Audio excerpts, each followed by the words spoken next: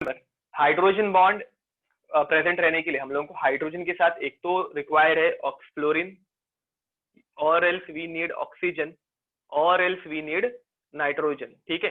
And hydrogen bond is nothing but dipole dipole interaction. ये कौन से टाइप का इंटरेक्शन है? डाइपोल डाइपोल इंटरेक्शन, ठीक है।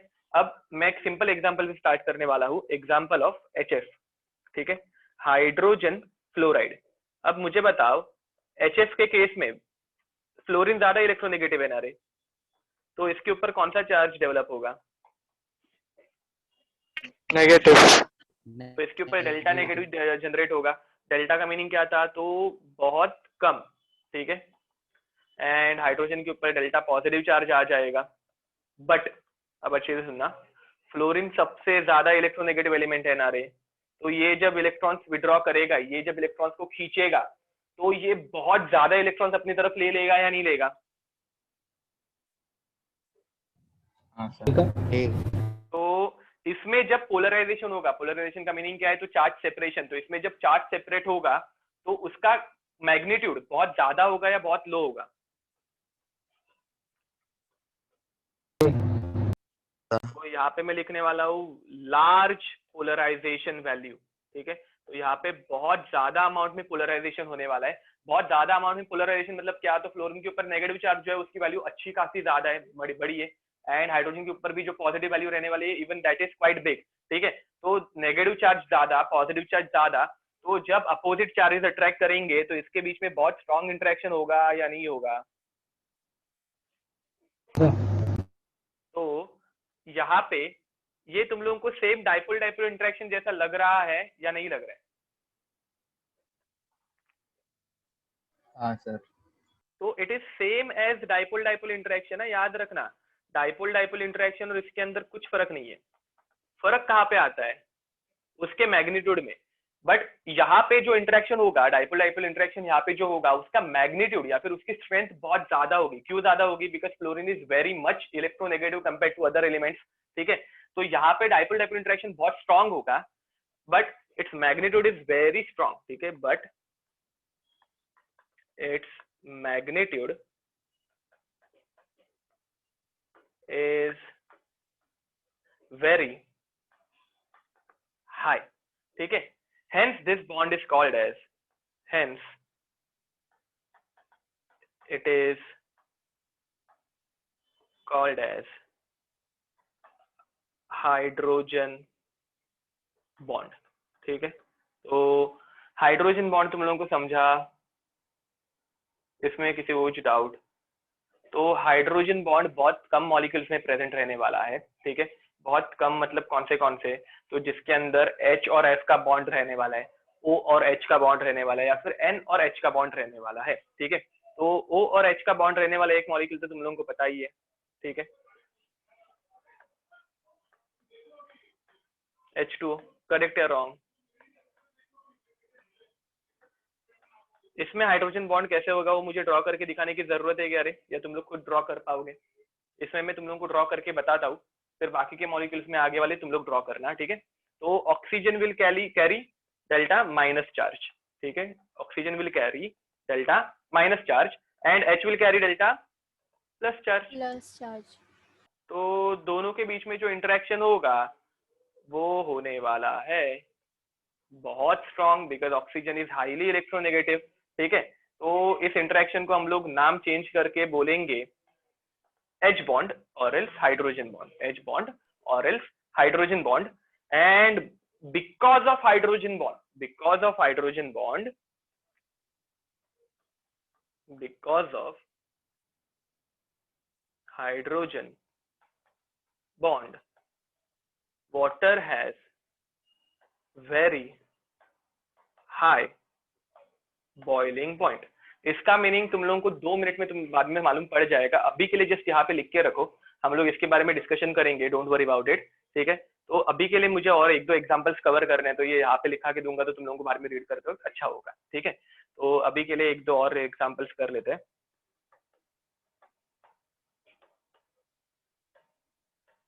इसमें हाइड्रोजन बॉन्ड तुम लोग खुद ड्रॉ करने वाले हो। बाय द वे, इस मॉलिक्यूल का कोई नाम बता सकते हैं मुझे? अमोनिया। अमोनिया, ठीक है, NH3। परफेक्ट। अरे NH3 तो स्ट्रक्चर हो गया या फिर मॉलिक्यूलर फॉर्मूला हो गया, अमोनिया इज द नेम, ठीक है। ओके, तो चलो ये लिखो, और फिर मेरा फेवरेट, देखते हैं मेरा फेवरेट मॉलिक्यूल। तो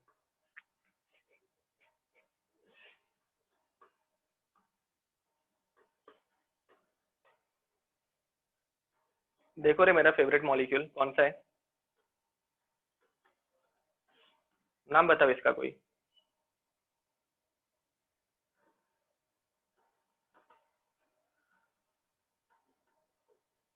इसका नाम किसी को पता है, free to ethanol. Reply. Ethanol. हाँ, perfect perfect, this molecule is ethanol. Ethanol मतलब दारू, ठीक है, इथेनॉल मतलब अल्कोहल। तो इवन अल्कोहल के अंदर भी एच बॉन्ड प्रेजेंट रहने वाला है, ठीक है। तो इन दोनों के केस में, अमोनिया और इथेनॉल के केस में, तुम लोग हाइड्रोजन बॉन्ड ड्रॉ करो। बाय द वे, तुम लोगों का लिखना बाकी होगा ना, देखो इतना सफिशिएंट है, इधर से इतना लिख लो फटाफट, टेक योर टाइम। जरा मेरे साथ भी लिखते रहना थोड़ा थोड़ा, मैं जब लिखता हूँ तब नोट्स बनाना। सर, बोलो। Sir I have a doubt sir. Sure, sir definitely ask. आपने बोला कि मैग्नीट्यूड हाई होता है उसका, मतलब इजीली पूरा सेपरेबल नहीं डेफिनेशन, होता है। हाँ। सर इजीली सेपरेबल नहीं होता है तो सर हाई मतलब सर वाटर को सेपरेट कर सकते हैं ना इजीली इलेक्ट्रोलाइसिस से? Now you are making a mistake. See, first of all, this is a force of attraction. तो all forces of attraction are weak force of attractions, ठीक है। उन हम लोगों ने जो पहले चार पढ़े थे उनके कंपैरिजन में ये वेरी स्ट्रांग है, समझ में आ रहा है। हम लोग रिलेटिव टू जो हम लोगों ने पहले पढ़ा है उनके रिलेशन में बात कर रहे हैं। तो in relationship with the force which we have learned before, उनके रिलेशन में ये सबसे स्ट्रांग है, ये फर्स्ट, ठीक है। सेकेंडली, वाटर में हम लोग जब इलेक्ट्रोलाइसिस करते हैं, वाटर में हम लोग जब इलेक्ट्रोलाइसिस करते हैं, तब हम लोग वाटर के कोवेलेंट बॉन्ड्स ब्रेक करते हैं, एंड इसके लिए हम लोग यूज करते हैं इलेक्ट्रिसिटी, एंड इलेक्ट्रिसिटी में बहुत ज्यादा ताकत रहती है रे। तो हम लोग यहाँ पे हाइड्रोजन बॉन्ड तो ब्रेक करते ही नहीं है, यहाँ पे हम लोग हाइड्रोजन बॉन्ड ब्रेक कर ही नहीं रहे, हम लोग यहाँ पे कोवेलेंट बॉन्ड्स ब्रेक कर रहे हैं। देखना समझ में आया क्या आपको? Yes sir. ना, तो ये कोवेलेंट बॉन्ड था। हाइड्रोजन बॉन्ड तो सिंपल हीटिंग से निकल जाता है, हम लोग देखेंगे, आएंगे जरा बॉइलिंग पॉइंट के क्वेश्चंस की तरफ, तब मैं आपको एक्सप्लेन कर दूंगा ये कि हाइड्रोजन बॉन्ड हीटिंग की वजह से कैसे ब्रेक होगा, ठीक है। बट सिंपल हम लोग हीट भी प्रोवाइड कर देंगे तो हाइड्रोजन बॉन्ड ब्रेक हो जाएगा। इलेक्ट्रोलाइसिस में तो हम लोग इलेक्ट्रिसिटी प्रोवाइड कर रहे हैं, ओके। लिख के हो जाए तो बता देना।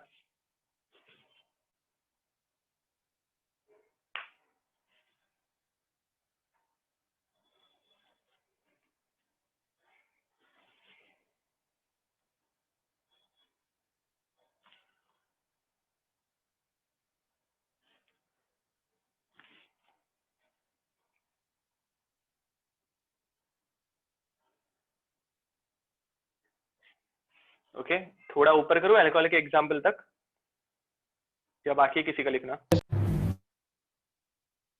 ओके, मैं जब ये क्वेश्चन पूछूंगा किसी का लिखना बाकी है, तो जिसका हो गया है वो आंसर मत किया करो, जिसका नहीं हुआ है वो आंसर करेगा।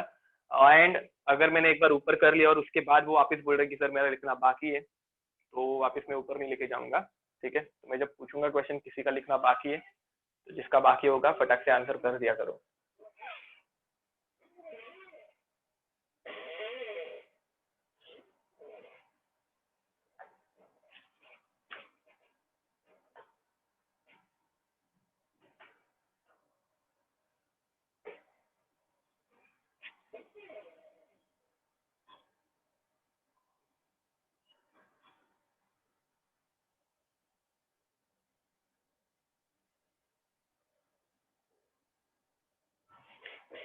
ओके, देखो रे, अमोनिया और हाइड्रोजन के केस में तुम लोगों को ऐसे ही मिला, अल्कोहल के केस में ऐसे ही मिला क्या?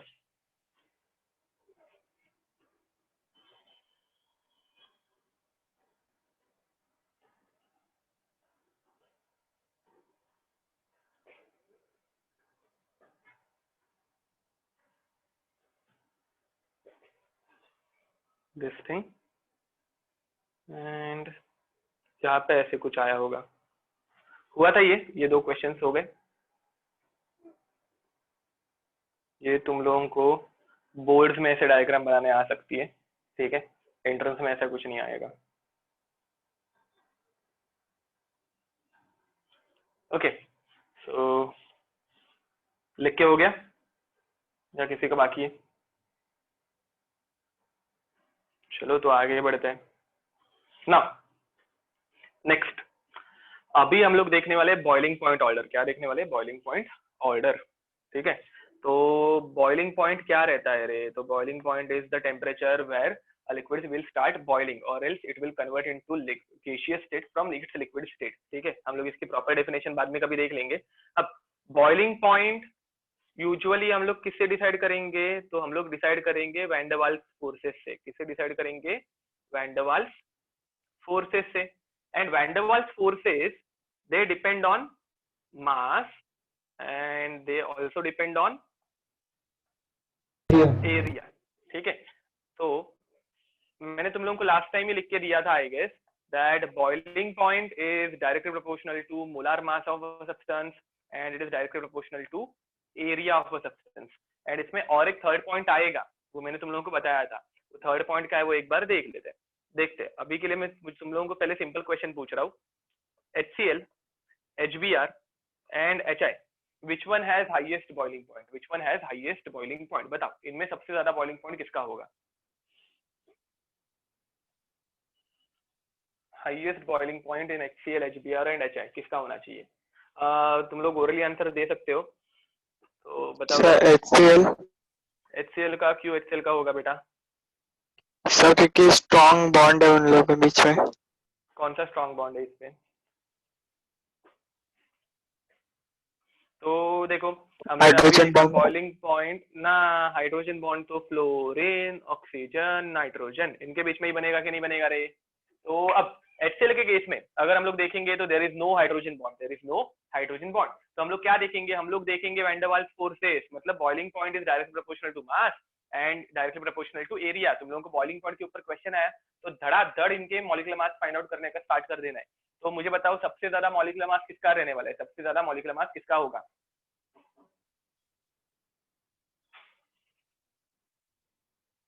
बताओ बताओ।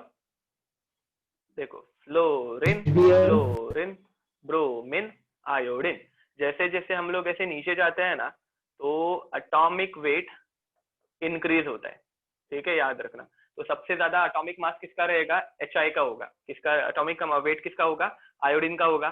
तो मॉलिक्यूलर मास किसका सबसे ज्यादा होगा? HI का होगा। समझ में आया? तो HI का मॉलिक्यूलर मास ज्यादा, इसलिए HI का बॉइलिंग पॉइंट भी बहुत ज्यादा। उसके बाद आएगा HBr एंड सबसे कम बॉइलिंग पॉइंट किसका होगा रे? तो सबसे कम बॉइलिंग पॉइंट होगा HCl का। समझ लो HCl। का? ओ ओके। सर। अब नीट में आया हुआ क्वेश्चन पूछ रहा हूं मैं तुम लोगों को, ठीक है, ये नीट के एग्जाम में आया था। तो HF, HCl, HBr and HI, in 4 molecules में तुम लोगों को बॉइलिंग पॉइंट की ऑर्डर बतानी है। इन 4 मॉलिक्यूल्स में तुम लोगों को बॉइलिंग पॉइंट की ऑर्डर बतानी है। मैं तुम लोगों HI को ऑर्डर, सबसे ग्रेट। मैं तुम लोगों को यहाँ पे ऑप्शंस लिखा के दे रहा हूँ, मुझे अभी मैसेज करना ऑप्शन ABCD, ठीक है।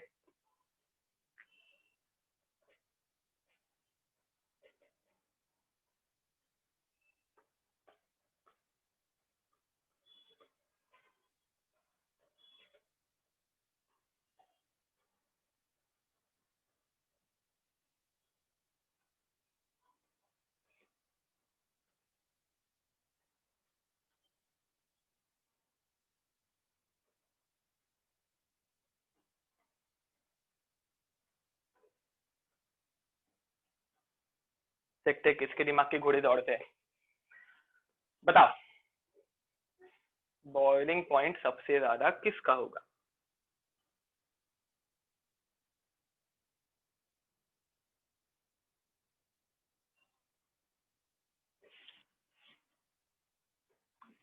ऑप्शंस आने लग गए ना, भूल गया।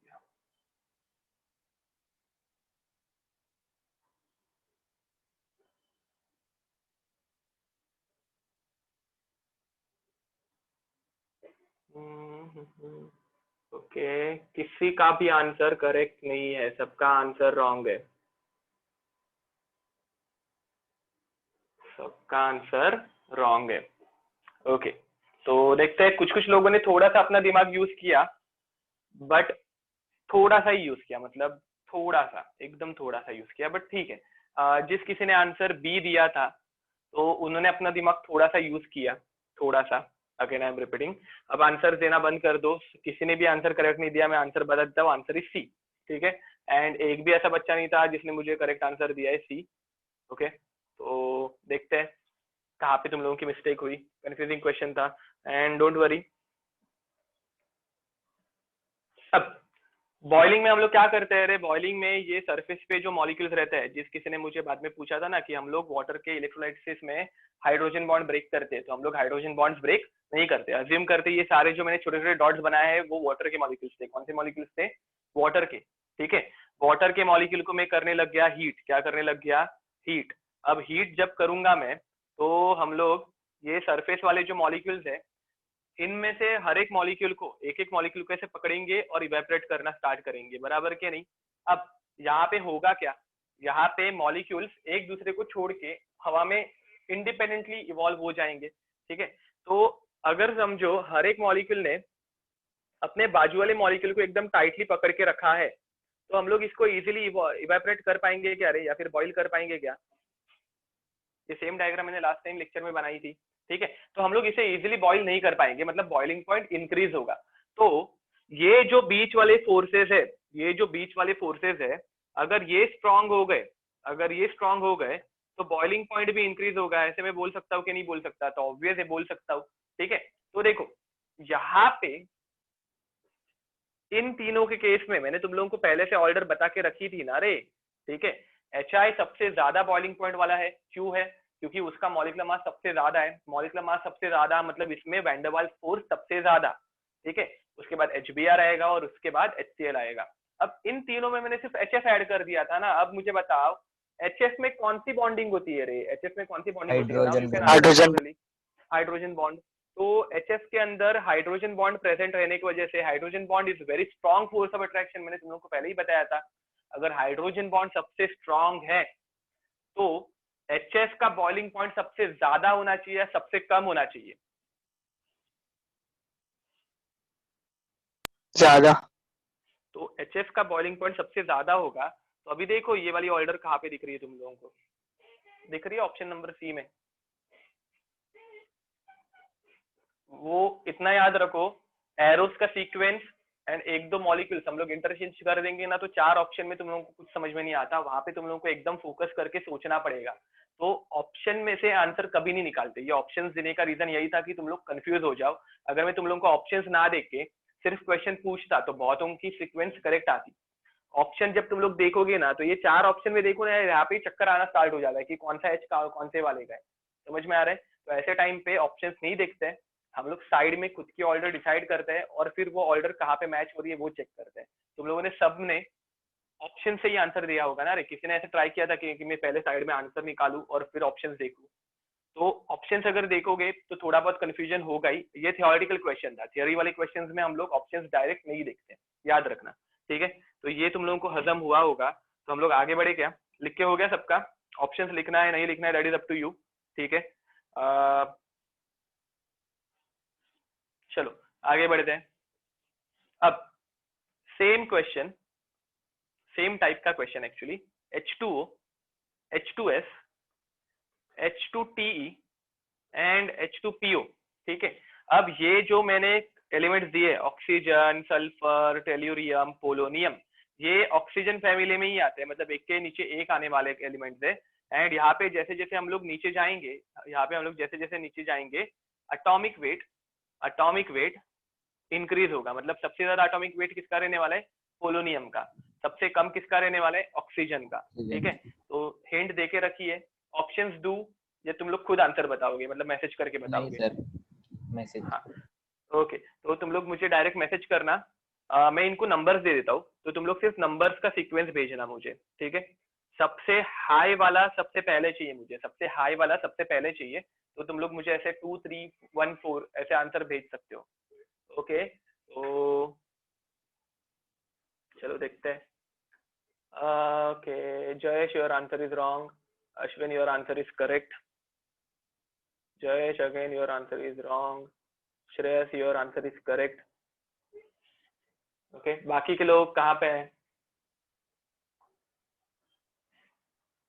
Okay, Yash, no, sorry, your answer is wrong. Now your answer is correct, Jayesh.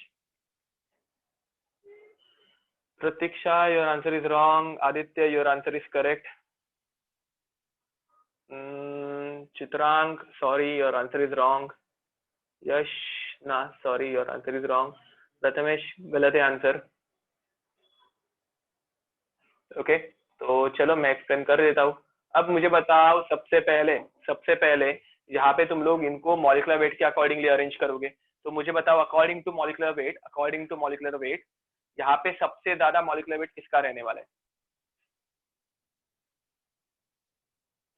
According to molecular weight H2PO बराबर. तो H2PO का मॉलिक्यूलर मास अगर ज्यादा तो इसका बॉइलिंग पॉइंट भी ज्यादा होगा या कम होगा रे?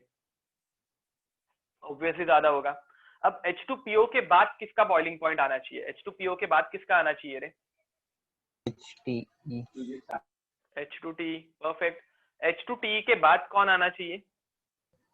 H2 अब मोलार मास वाइज अगर हम लोग अरेंज करेंगे, मोलार मास वाइज अगर हम लोग अरेंज करेंगे तो H2S से H2O का मोलार मास कम रहता है. H2S से मतलब हाइड्रोजन सल्फाइड से, डाइहाइड्रोजन सल्फाइड से H2O वाटर का मोलार मास कम रहता है. तो इसका बॉइलिंग पॉइंट भी कम होगा या बढ़ जाएगा रे? इसका बॉइलिंग पॉइंट सबसे कम रहना चाहिए, सबसे ज्यादा रहना चाहिए, और क्यों? सबसे ज्यादा क्यों? रीजन? Hydrogen bond. करेक्ट. ठीक है. तो ये थोड़ा बहुत तुम लोगों का इनऑर्गेनिक का पार्ट है. इनऑर्गेनिक केमिस्ट्री में ये सारा पार्ट आने वाला है. बट इस चैप्टर में अगर हम लोगों ने इतना सब कुछ देख लिया तो ये एक दो क्वेश्चंस करने में कुछ प्रॉब्लम नहीं है. ठीक है. तो आई होप तुम लोगों को ये समझ में आ गया है.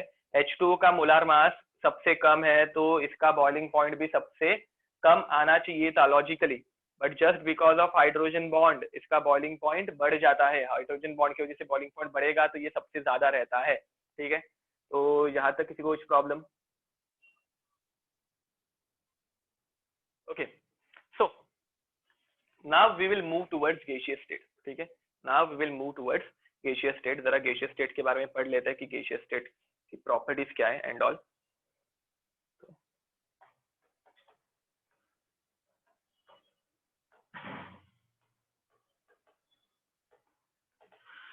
अब गैसियस स्टेट के बारे में हम लोगों ने पहले भी एक दो बार देखा है थोड़ा बहुत. ठीक है. मुझे बताओ गैसेस की प्रॉपर्टीज अगर किसी ने तुम लोगों से पूछी तो तुम लोग क्या क्या बता सकते हो रे? सबसे पहली प्रॉपर्टी क्या बताओगे? हाईली इनके फोर्स ऑफ अट्रैक्शन के बारे में. अच्छा, हाईली कंप्रेसिबल. ठीक है. तो it is correct. They are highly compressible. Okay. They have very low density. Okay. तो दे हैव वेरी लो या फिर lowest density of all states. ठीक है. ओके. थर्ड प्रॉपर्टी, इनके इंटरमॉलिक्यूलर फोर्स ऑफ अट्रैक्शन के बारे में तुम लोग क्या बोलोगे? negligible force of attraction. तो वेरी वीक और else negligible force of attraction. Correct. ठीक है. तो ये FOA मतलब फोर्स ऑफ अट्रैक्शन है, समझ लेना. अब फोर्स ऑफ अट्रैक्शन बहुत वीक है तो इनके बीच का डिस्टेंस बहुत ज्यादा रहने वाला है, बहुत कम रहने वाला है रे? बहुत ज्यादा. तो there is free space present between two gas molecules. ठीक है. ओके. अब मुझे बताओ गैस मॉलिक्यूल्स जब एक रूम में प्रेजेंट रहने वाले हैं तो वो ऐसे शांति से बैठे रहेंगे या ये कंटिन्यूस रैंडम मोशन दिखाएंगे रे? रैंडम मोशन दिखाएंगे. तो फिफ्थ पॉइंट तुम लोग क्या लिखने वाले हो? Gas molecules show continuous random motion. ठीक है. ये ऊपर वाले 4 पॉइंट्स पहले लिखना स्टार्ट करो, तब तक मैं मेरी डायग्राम ड्रॉ करता हूँ. Okay. Fifth point is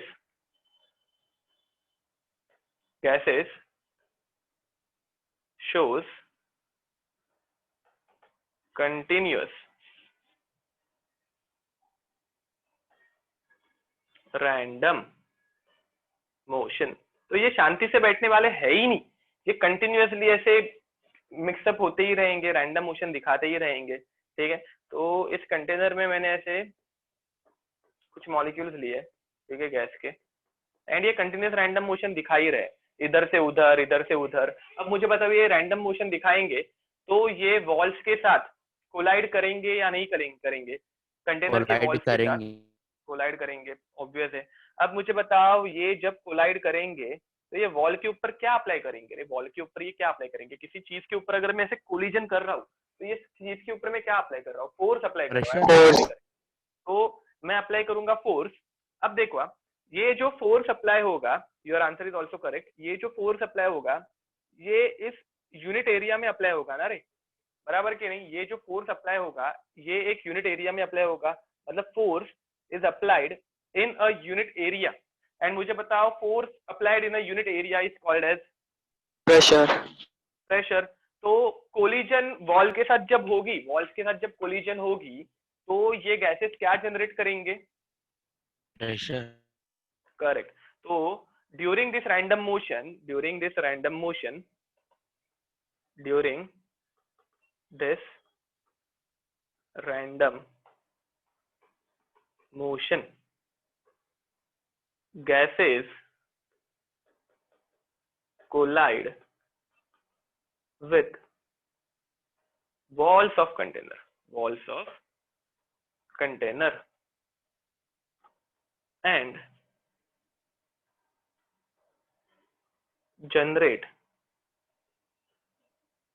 pressure. ठीक है, तो ये प्रेशर कैसे जनरेट करेंगी? By colliding with walls of container. ठीक है, अब मुझे बताओ अगर कोलिजन बहुत फास्ट हुआ तो प्रेशर जो जनरेट होगा वो बहुत हाई होगा या बहुत वीक होगा, लो होगा?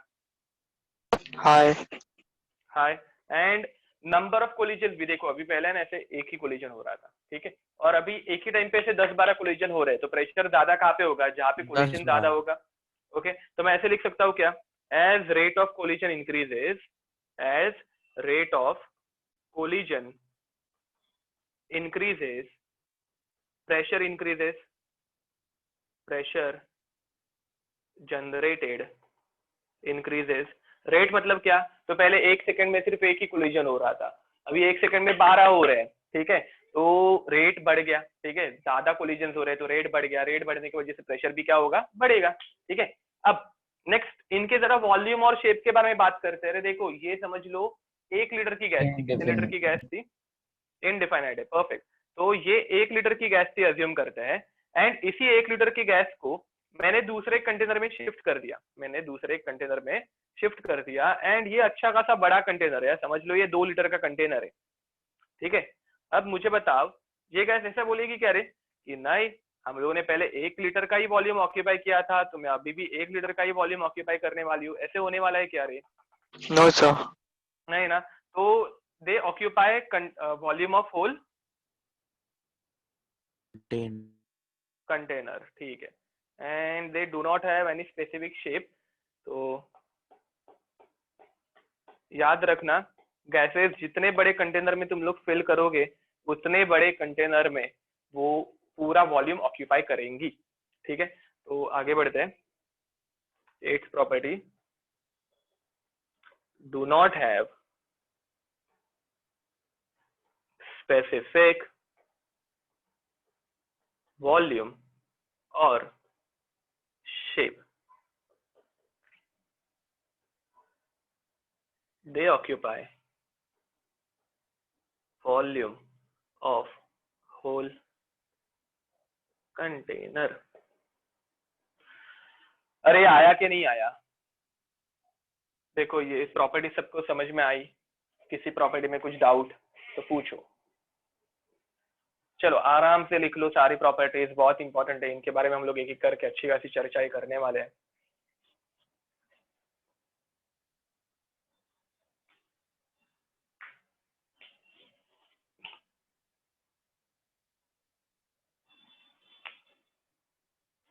बारे में मुझे बताओ, गैस मॉलिक्यूल का खुद का वॉल्यूम, ये हम लोगों ने लास्ट टाइम एक्चुअल में बात की थी आई गेस, इसके ऊपर मुझे याद नहीं है, बट गैस मॉलिक्यूल का खुद का वॉल्यूम कितना रहता है, मतलब अगर वो पूरा का पूरा वॉल्यूम कंटेनर का ले रही है, ठीक है, तो इसका एक्चुअल देखो, मैंने यहाँ पे जो रेड डॉट्स बनाए हैं, छोटे छोटे जो रेड डॉट बनाए हैं, वो गैस मॉलिक्यूल का एक्चुअल वॉल्यूम है ना, ठीक है। डायग्राम ड्रॉ करनी है नहीं करनी है that is totally up to you, लोग करोगे तो अच्छा ही है, तुम लोगों को एक आइडिया आ जाएगी जब वापस रीड करोगे, और डायग्राम की वजह से कैसे वो बुक जरा अच्छी दिखना स्टार्ट हो जाती है, ठीक है। तो अब गैस मॉलिक्यूल का एक्चुअल वॉल्यूम मतलब क्या, तो देखो ये मैंने जो रेड डॉट बनाया है, छोटे छोटे रेड डॉट्स जो मैंने बनाए हैं, वो सारे गैस मॉलिक्यूल्स है, तो वो जो छोटे छोटे रेड डॉट्स है वो उनका एक्चुअल वॉल्यूम रहता है, ठीक है। बट वो एक्चुअल वॉल्यूम के कंपैरिजन में टोटल वॉल्यूम जो ऑक्यूपाई करती है, ठीक है, वो बहुत बड़ा है कि नहीं रे, देखो ये पॉइंट देख लेना। तो volume occupied, volume occupied by gas is very large in comparison with actual volume of gas। मतलब क्या, तो मेरे गैस ने ये पूरा कंटेनर का वॉल्यूम ऑक्यूपाई करके रखा है, ठीक है, बट ये पूरे कंटेनर का वॉल्यूम, दुनिया भर का वॉल्यूम इसने ऑक्यूपाई तो किया है, एक्सेप्टेड, और इसका एक्चुअल वॉल्यूम कितना है, तो ये रेड डॉट्स जितना ही है, और रेड डॉट्स का वॉल्यूम है क्या रे कुछ, तो ऑलमोस्ट ना के बराबर है, ठीक है। तो actual volume occupied by gas molecule is negligible compared to volume occupied by gas molecule, ठीक है। सिर्फ यहाँ पे एक एक्चुअल वर्ड है जो चेंज ला रहा है, चलो लिख लो, 9 प्रॉपर्टी भी ऐड हो गई, सारी प्रॉपर्टीज लिख लेना अच्छे से।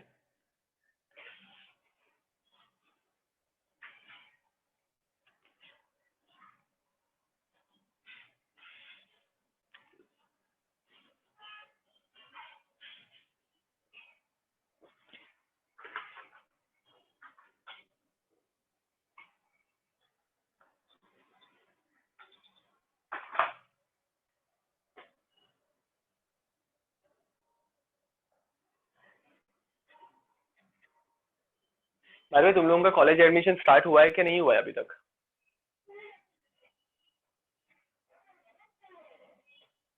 नहीं हुआ सर। ओके, और तुम लिस्ट लोगों ने अभी सोच के क्या रखा है, मतलब कौन से कॉलेजेस में एडमिशन लेने वाले हो, ठाकुर या ऐसा, मतलब कहाँ पे, कुछ आइडिया? मेरा हो गया है सर। गोरेगांव में हो तो ठाकुर सबसे नजदीक गिरेगा ना तुम लोगों को। पाटकर है सर मेरा। और सर पाटकर बाकी है। के साथ इंटीग्रेटेड भी है, तो बहुत लोगों ने अरे हाँ integrated सॉरी, किया है Thakur, Thakur is there in, हाँ ठाकुर इज नॉट इंटीग्रेटेड, वो तो है। Patkar correct, Thakur is there in Kandivali, sorry.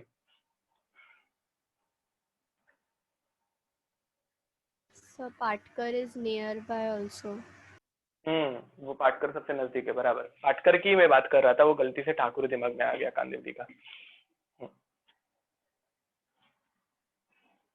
But ठीक है, मतलब पाटकर में तुम लोग एडमिशन लोगे तो वहाँ पे अटेंडेंस जैसे कुछ कंपलसरी नहीं है, तो इंटीग्रेटेड हो ना हो, सिर्फ प्रैक्टिकल के टाइम पे तुम लोगों को एडजस्ट करना पड़ेगा, नहीं तो वहाँ पे अटेंडेंस इतना मैटर नहीं करती। सबसे अच्छा कॉलेज अटेंडेंस के मामले में 61 है, विले पार्ले का, तो वहाँ पे भी अटेंडेंस बिल्कुल मैटर नहीं करती। ऐसा कोई कॉलेज लेना जहाँ पे अटेंडेंस मैटर ना करे, इंटीग्रेटेड होगा तो और अच्छी बात है। ओके, लिख के हो गया करे सबका? 1 मिनट सर। ओके,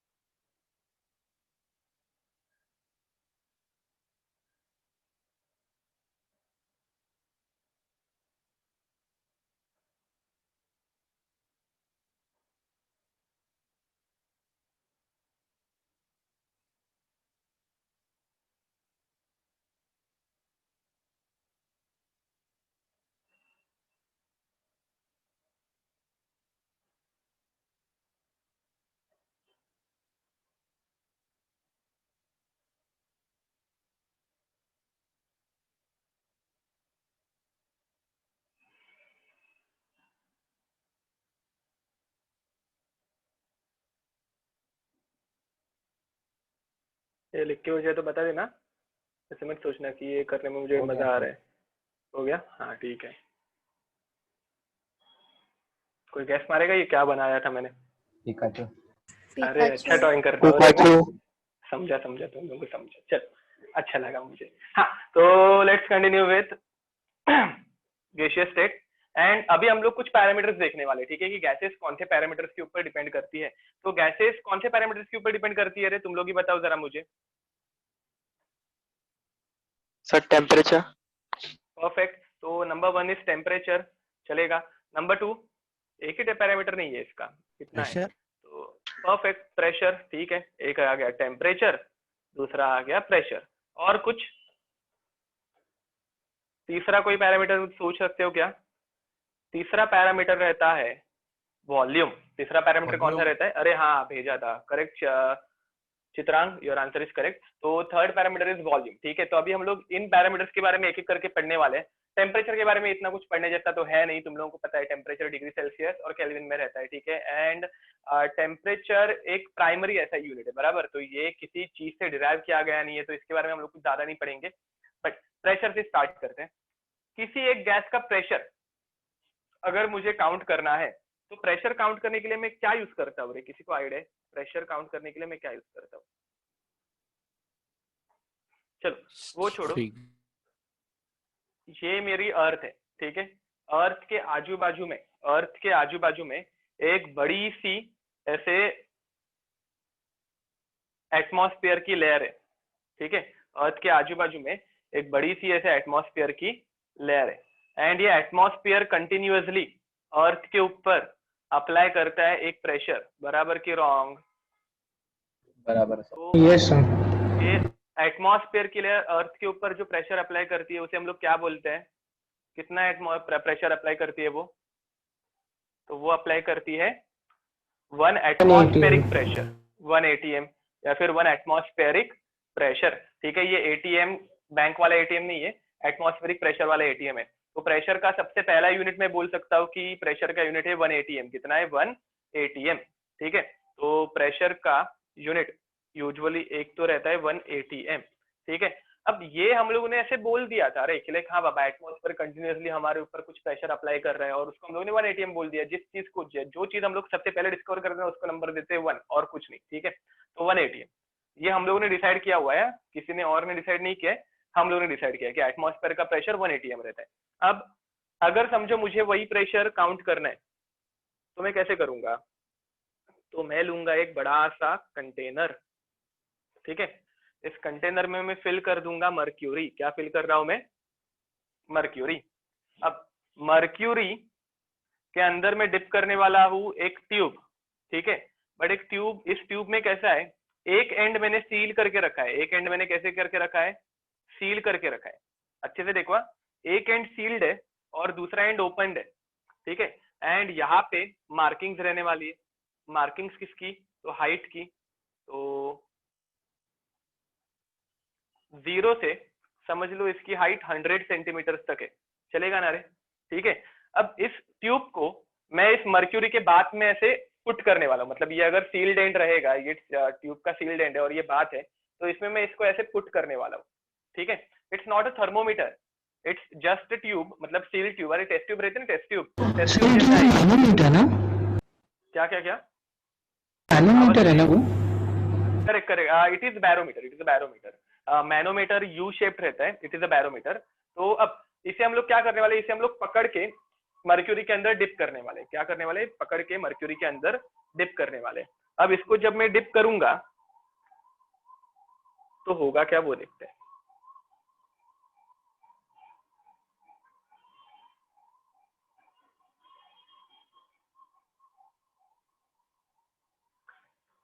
ओके, तो होने क्या वाला है, एटमॉस्फेयर कंटिन्यूअसली 1 एटीएम का प्रेशर अप्लाई करते रहता है, करेक्ट या रॉन्ग? ठीक है, तो एटमॉस्फेयर कंटिन्यूअसली यहाँ पे 1 एटीएम का प्रेशर अप्लाई करते रहेगा। अब एटमॉस्फेयर जब मर्क्यूरी को ऐसे ऊपर से प्रेस करेगा तो मर्क्यूरी कहाँ पे शिफ्ट होगी, मतलब कहाँ पे जाना स्टार्ट करेगी, बताओ। साइड ट्यूब ट्यूब के अंदर। ऊपर ट्यूब जाएगा। के अंदर। तो ये ट्यूब के अंदर फिल करना स्टार्ट करेगी, एब्सोल्युटली करेक्ट। ठीक है, तो 1 एटमॉस्फेयर प्रेशर जब रहता है तब ये मर्क्यूरी पहुंच जाती है, तब ये मर्क्यूरी पहुंच जाती है at the height of 76 centimetre. कहाँ पे पहुंच जाती है? At the height of 76 centimetre. ठीक है, तो 1 ATM can also be denoted as 76 centimetre, 76 centimetre of mercury, 76 cm/Hg। 1 atmospheric pressure की वजह से मर्क्यूरी की हाइट जितनी बढ़ती है वो एक प्रेशर का हम लोगों ने यूनिट बना दिया 76 cm/Hg। समझा कि नहीं समझा? अब जरा सेंटीमीटर को मुझे मिलीमीटर में कन्वर्ट करके बताओ रे, कितना होता है? आई गेस 760 हो जाएगा। 1 सेंटीमीटर मतलब 10, 1 सेंटीमीटर मतलब 10 मिलीमीटर। पता नहीं होगा तो स्केल देख लेना, ठीक है, उसके अंदर तुम लोगों को ये मार्किंग्स दिख जाएंगे। 1 सेंटीमीटर के अंदर 10 छोटी छोटी लाइंस दिखेंगी, तो 10 मिलीमीटर। तो 76 सेंटीमीटर मतलब 760 मिलीमीटर। तो ये हो गया दूसरा यूनिट। कुछ डिफिकल्ट लग रहा है क्या इसी के अंदर? अब millimetre of Hg, millimetre of Hg is also called as torr. क्या बोलेंगे इसको हम लोग? टॉर। ठीक है, तो इन दोनों के ऊपर से तुम लोगों को एक रिलेशनशिप मिल गया। मुझे बताओ 1 torr means how many millimetre of Hg? 1 torr means how many millimetre of Hg? 760। ना ना ना, 1 मिलीमीटर ऑफ Hg ना। देख 760 mmHg मतलब 760 टॉर, मतलब दोनों का रिलेशन सेम है, मतलब 1 टॉर मतलब 1 mmHg। करेक्ट या रॉन्ग?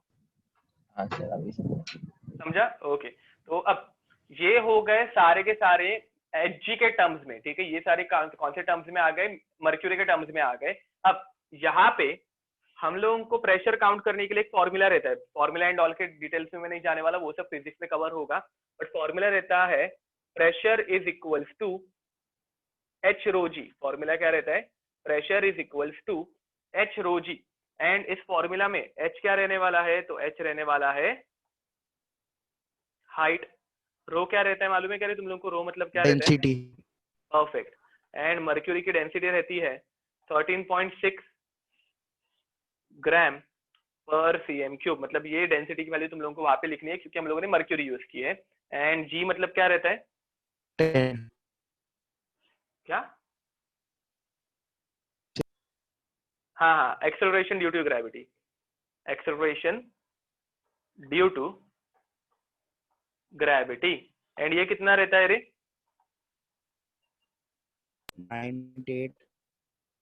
980 सेंटीमीटर पर सेकेंड स्क्वायर। क्यों सेंटीमीटर? क्योंकि यहाँ पे हम लोगों ने हाइट 76 ली थी ना रे। ये देखो यहाँ पे हम लोगों ने हाइट कितनी ली थी? 76 सेंटीमीटर में ली थी। अगर हाइट सेंटीमीटर में है तो तुम लोगों को 9.8 मीटर पर सेकेंड स्क्वायर को भी सेंटीमीटर में कन्वर्ट करना पड़ेगा। ये सारे वैल्यूज को तुम लोग जब मल्टीप्लाई करोगे तो तुम लोगों को एक आंसर मिलेगा, that will be the pressure in newton पर मीटर स्क्वायर। ठीक है, वो हम लोग वहां पे डिटेल्स में नहीं जाएंगे कैलकुलेशन एंड ऑल में, बट ये कैलकुलेशन तुम लोग फिजिक्स में बाद में कर लोगे। ठीक है, अभी के लिए मुझे जस्ट तुम लोगों को प्रेशर की यूनिट्स एंड ऑल बता रहे हैं, ज्यादा कुछ नहीं। तो प्रेशर का और एक यूनिट रहता है, प्रेशर का और एक यूनिट रहता है विच इज 1.013 into 10⁵ न्यूटन पर मीटर स्क्वायर। अब मुझे बताओ न्यूटन पर मीटर स्क्वायर को है ना हम लोग और एक नाम से जानते हैं, इसी को हम लोग और एक नाम से बोलते हैं। क्या बोलते हैं उसको? इसका दूसरा यूनिट क्या है? अरे बोलो। Dyne centimetre. वो तुम लोग SI यूनिट को CGS यूनिट में कन्वर्ट कर रहे हो। नहीं नहीं नहीं, इसे हम लोग पास्कल से जानते हैं। जानते हैं कि नहीं? पास्कल सुने तुम लोगों ने? पास्कल। Yes sir. हाँ, तो 1 pascal is nothing but 1 Newton पर मीटर स्क्वायर। देखो मेरे पास जितने भी मुझे प्रेशर के यूनिट्स पता है मैं तुम लोगों को एक ही साइड पे एक ही जगह पे लिख के दे रहा हूँ। मैं ऐसे सजेस्ट करूंगा कि ये तुम लोग तुम्हारे टेक्स्ट बुक के सबसे पीछे वाले पेज पे लिखो, मतलब अभी पहले यहाँ पे भी लिखना, मतलब जहाँ पे तुम लोग यूजुअली फेयर नोट बना रहे हो, और ये टेक्स्ट बुक के सबसे पीछे वाले नोट्स पे भी लिखना, सो दैट तुम लोग को ये यूनिट कन्वर्जन, हर एक क्वेश्चन में तुम लोग को यूनिट कन्वर्जन करना पड़ता है, तो वो तुम लोग बीच वाला पेज कहाँ पे ढूंढोगे ना, तो लास्ट वाला पेज तुम लोग को फाइंड आउट करना ईजी हो जाएगा। ठीक है, तो ये हो गया न्यूटन पर मीटर स्क्वायर में। और कोई यूनिट अभी किसी ने तो बोला था डाइन पर सेंटीमीटर में, बराबर के नहीं? तो जरा इसी को, ये ऐसा यूनिट था अभी हम लोगों ने जो लिखा ना, दिस इज SI यूनिट या फिर MKS यूनिट फॉर प्रेशर। अभी हम लोग इसको CGS में कन्वर्ट करते हैं। अब CGS में 1 न्यूटन हो जाता है डाइन। क्या हो जाता है? डाइन। किसी को न्यूटन और डाइन के बीच का रिलेशनशिप पता है क्या रे? 1 न्यूटन, हाँ perfect, 1 newton is nothing but 10⁵ dyne. ठीक है। एंड मुझे बताओ किसी को मीटर और सेंटीमीटर का डिफरेंस पता है क्या? 1 मीटर मतलब कितना होता है? 100 10⁵ लिख सकता हूँ। अब मुझे बताओ यहाँ पे तुम लोगों को मीटर स्क्वायर दिख रहा है ना, तो 1 मीटर स्क्वायर कितना होगा? 1 मीटर स्क्वायर मतलब कितना होगा? 10⁵ का स्क्वायर सेंटीमीटर स्क्वायर। मुझे बताओ 10⁵ के 2 क्या होता है? 10⁴ सेंटीमीटर स्क्वायर। ठीक है। अरे देखो ये तुम लोगों को फिजिक्स का डायमेंशन चैप्टर हुआ है, फिजिक्स का डायमेंशन यूनिट्स एंड मेजरमेंट। अच्छा ओके, हाँ। तो ये सारी चीजें वहां पे आराम से स्लोली हो जाएंगी। ठीक है। अगर किसी को थोड़ा बहुत हेवी लग रहा होगा, ये जो मैं येलो में लिख रहा हूँ ना, वही मुझे तुम लोगों को बताना है। ठीक है। ये सारी चीजें जो है वो फिजिक्स में कवर की जाएंगी, तो अभी के लिए ज्यादा लोड मत लेना। अगर तुम लोगों को इसमें कुछ थोड़ी बहुत प्रॉब्लम आ रही होगी, कन्वर्जन एंड ऑल वो सब तुम लोग वहां पे आराम से पढ़ लोगे। अपने को सिर्फ ये येलो वाला पार्ट इंपॉर्टेंट है, ये वैल्यूज तुम लोगों को बाय हार्ट रहनी चाहिए। ठीक है। बस तुम लोग जब बाद में कभी रीड करोगे तो कंफ्यूज ना हो, इसलिए मैं तुम लोगों को कन्वर्जन भी बता रहा हूँ साइड बाय साइड। अब तो यहाँ पे कैसे होगा? 1.013 इंटू 10⁵। अब न्यूटन का डाइन में कन्वर्जन करते वक्त 10⁵ से मल्टीप्लाई करना पड़ेगा, तो इंटू 10⁵ न्यूटन कन्वर्ट हो गया डाइन में, ये समझा क्या? Divided by metre square, division में था, नीचे था, तो मीटर स्क्वायर को सेंटीमीटर स्क्वायर में कन्वर्ट करते वक्त हम लोगों को 10⁴ से मल्टीप्लाई करना पड़ेगा, तब जाके ये सेंटीमीटर स्क्वायर में कन्वर्ट हो जाएगा। ठीक है। तो इस 4 से इस 5 के 4 मर जाएंगे और 1 बच जाएगा। करेक्ट या रॉन्ग? तो मुझे बताओ अपने को आंसर क्या मिलेगा? 1.013 इंटू 10⁶। परफेक्ट। तो 10⁶ डाइन पर सेंटीमीटर स्क्वायर। ठीक है। तो ये बीच वाली जो स्टेप है वो जस्ट तुम लोगों को कैलकुलेशन करके बताया मैंने। तुम लोगों को क्या क्या याद रखना है? तो तुम लोगों को सिर्फ और सिर्फ ये एक 76 centimetre HG, 760 mm HG, 760 torr, ये 1.013 इंटू 10⁵ एंड ये 1.013 इंटू 10⁶। ये 6 यूनिट्स ही याद रखने हैं प्रेशर के। एंड ये फाइनली एक मेन यूनिट, अरे हाँ सॉरी, चेन और एक यूनिट है। लास्ट यूनिट आता है बार। कौन सा यूनिट आता है? बार। पीने वाला बार नहीं, तो बार मतलब बार प्रेशर का एक यूनिट है। And this is the unit. देखो रे बहुत सिंपल है, तुम लोगों को 3 यूनिट 76 के रेंज वाले याद रखने हैं, और बाद में तुम लोगों को टोटल 4 यूनिट 1.013 वाले याद रखने हैं। कुछ ज्यादा डिफिकल्ट है क्या इसके अंदर? अब तुम लोग मुझे रिलेशनशिप बताओगे बार और पास्कल में का। बार और पास्कल में का तुम लोग मुझे रिलेशनशिप बताओगे। बताओ रे, कोई देख के बता पाएगा? तो 1 बार 1 bar is equals to 10 to the power 5 Pascal. Perfect 1 bar is equals to 10 to the power 5 pascal. ठीक है। याद रखो मैं तुम लोगों को सिर्फ और सिर्फ यूनिट्स लिख के दे सकता था, बस तुम लोगों को वो सिर्फ यूनिट याद बाय हार्ट ना करने पड़े, इसलिए मैंने तुम लोगों को यूनिट कन्वर्जन है थोड़े बहुत बताए हैं। ये फिजिक्स में अच्छे से कराया जाएगा, तो डोंट वरी अबाउट इट। ठीक है। तो ये हो गए प्रेशर के सारे यूनिट्स। अब प्रेशर के बाद हम लोग क्या देखने वाले हैं रे? प्रेशर के बाद हम लोग देखने वाले हैं वॉल्यूम। ये तुम लोगों का लिख के हो गया क्या रे? आपका ये लिख के हो गया? नहीं सर, 1 मिनट। ओके। वैल्यूज सारी की सारी बाय हार्ट कर लेना। ठीक है। जिनके इधर मैंने व्हाइट टिक करके रखी है वो सारी की सारी वैल्यूज आप लोगों को बाय हार्ट रहनी ही चाहिए, तभी जाके हम लोगों को कैलकुलेशन इजीली करने जमेंगे।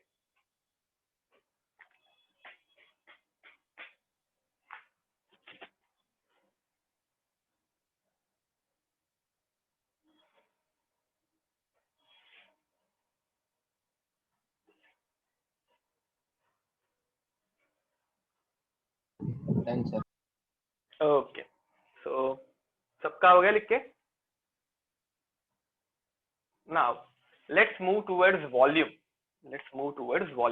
पहले हम लोग वॉल्यूम की ऐसे यूनिट्स देखेंगे जो तुम लोगों को पता है पहले से, ठीक है।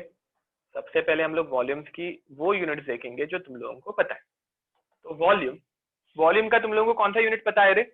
मेरे ख्याल से तुम लोगों को 1 लीटर मतलब क्या रहता है वो पता है। मुझे बताओ 1 लीटर मतलब कितने millilitre? 1 litre how many millilitre? 1000 millilitre. Perfect, 1000 millilitre. But किसी ने कभी सोचा है क्या रे कि एग्जैक्टली ये लीटर मिलीलीटर क्या रहता है? आज जरा देख लेते हैं एग्जैक्टली लीटर और मिलीलीटर रहता क्या है। अब समझो मैंने एक स्क्वायर ड्रॉ किया, 1 सेंटीमीटर बाय 1 सेंटीमीटर का मैंने एक स्क्वायर ड्रॉ किया, ठीक है। अब मुझे बताओ इस स्क्वायर का एरिया कितना होगा रे? सर वो डीएम क्यूब है ना? ना, अभी तक हम लोग डीएम क्यूब के ऊपर जाएंगे थोड़ी देर के बाद। अभी के लिए मुझे स्क्वायर का एरिया बताओ। 1 सेंटीमीटर बाय 1 सेंटीमीटर का अगर स्क्वायर है तो उसका एरिया कितना हो जाएगा?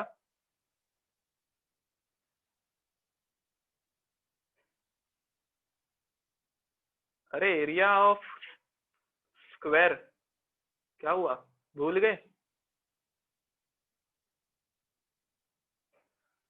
हाँ 1 सेंटीमीटर स्क्वायर, ठीक है। तो इसका एरिया कितना हो गया था? इसका एरिया हो गया था 1 सेंटीमीटर स्क्वायर। परफेक्ट, ठीक है। तो 1 सेंटीमीटर स्क्वायर का मैंने अभी कन्वर्ट कर दिया क्यूब में, और क्यूब की जो ब्रेड्थ होगी, ये जो ब्रेड्थ बनाई है मैंने क्यूब की, वो भी मैंने बना दी 1 सेंटीमीटर की। कितने की बना दी? वो भी मैंने 1 सेंटीमीटर की। अब मुझे बताओ इस क्यूब का वॉल्यूम कितना होगा? 1 सेंटीमीटर। 1 centimetre cube. परफेक्ट, तो इस क्यूब का वॉल्यूम हो गया है 1 सेंटीमीटर क्यूब। कितना हो गया है? 1 सेंटीमीटर क्यूब। एंड अगर मैं तुम लोगों को बोलूं कि नहीं रे बाबा, मैंने ना इसको एक कंटेनर में मेजर किया, ठीक है, मेरे पास एक पहले से एक परफेक्ट कंटेनर था और मुझे मालूम पड़ा कि ये क्यूब 1 मिलीलीटर का है, ये क्यूब 1 मिलीलीटर का है, तो तुम लोग क्या बोलोगे मुझे? तुम लोग मुझे बोलोगे कि ओके तो sir 1 centimetre cube is nothing but 1 millilitre. देखो सर जी करेक्ट है कि रॉन्ग है?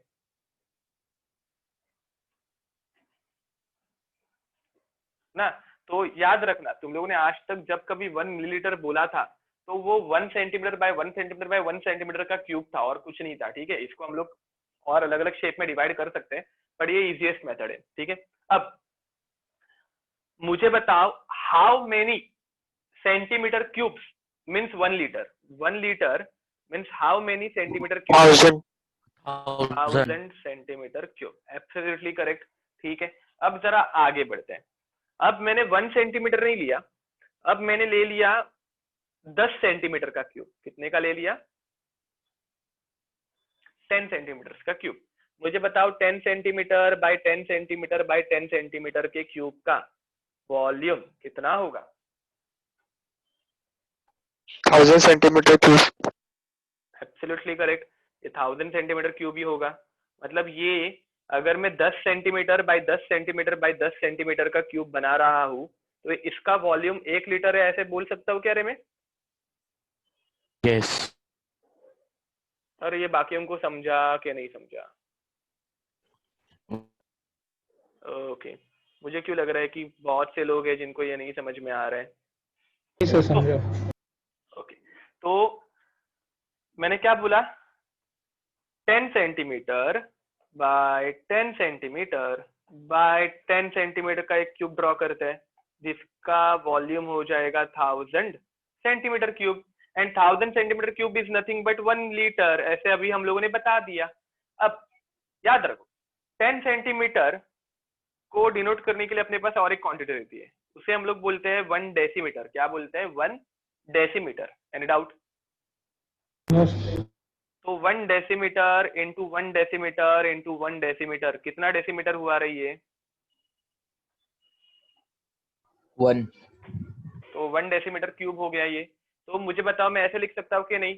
1 litre is nothing but 1000 centimetre cube, is nothing but 1000 centimetre cube which is nothing but 1 decimetre cube.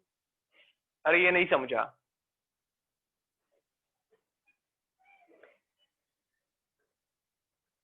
1 decimetre cube is nothing but 1000 centimetre cube is nothing but 1 litre. अरे किस किस को नहीं समझा?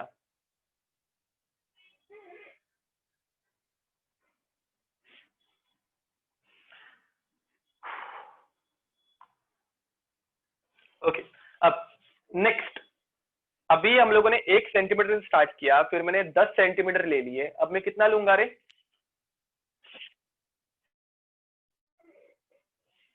क्या लगता है अभी हम मुझे कितने की लेंथ लेनी चाहिए, कितनी डिस्टेंस लेनी चाहिए?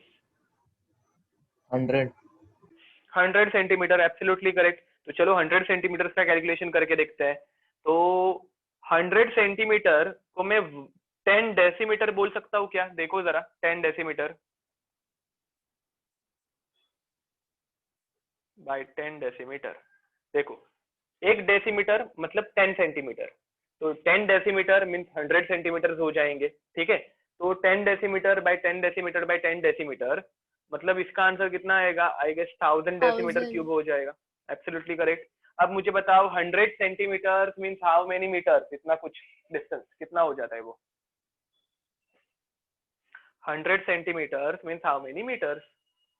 1 मीटर, बराबर के नहीं? 1 मीटर मीन्स 100 सेंटीमीटर, ऐसा कुछ है। तो ये भी 1 मीटर एंड ये भी 1 मीटर। तो फाइनली मैं इसको 1 मीटर क्यूब बोल सकता हूँ ना? तो मुझे हाँ। बताओ 1 metre cube means how many decimetre cube? 1000 decimetre 1000 cube. And 1 decimetre is nothing but 1 litre ना, तो ये 1000 लीटर बोल सकते हैं कि नहीं बोल सकते हम लोग? हाँ सर। तो ये 5 यूनिट भी नहीं बोल सकते, 3 ही यूनिट मैंने तुम लोगों को बताए। एक तो बताया सेंटीमीटर क्यूब, दूसरा बताया डेसीमीटर क्यूब और तीसरा बताया मीटर क्यूब, ठीक है। तो ये 3 यूनिट्स जो है वो अच्छे से याद रखना। Centimetre cube is nothing but 1 ml, decimetre cube is nothing but 1 litre, ठीक है। तो ये 3 यूनिट्स वॉल्यूम के हो गए। टेम्परेचर का यूनिट बताने की नेसेसिटी है कि अरे केल्विन और डिग्री सेल्सियस, वो भी एक बार कवर कर लेंगे, कंफ्यूज नहीं होना चाहिए बाद तुम लोग। लिख लो, डायग्राम बनाना है नहीं बनाना है that is totally up to you, ठीक है। सर नीचे करो। हाँ हाँ, लिख के हो गया ये ऊपर वाला सबका?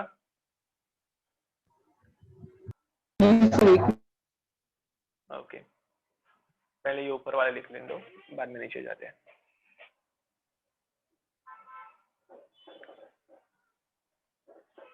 देखो जितने पॉसिबल यूनिट कन्वर्जन है वो सारे के सारे मैं तुम लोगों को बता रहा हूँ।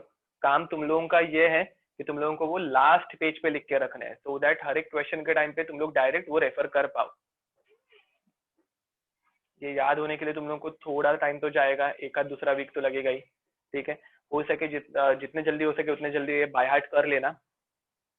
जितने क्वेश्चन सॉल्व करोगे उतना तुम लोगों को हो जाएगा। बाय द वे तुम लोगों को वर्कशीट मिली गई है कि नहीं मिली गई है रे? नहीं सर, नहीं मिली। नहीं मिली है ना? ओके, तो मैं तुम लोगों को आज ग्रुप पे सेंड कर दूंगा। आतिफ सर ने जो ग्रुप बनाया है उसके ऊपर मिल जाएगी तुम लोगों को। चलो लिख लो ये बाकी का बचा हुआ।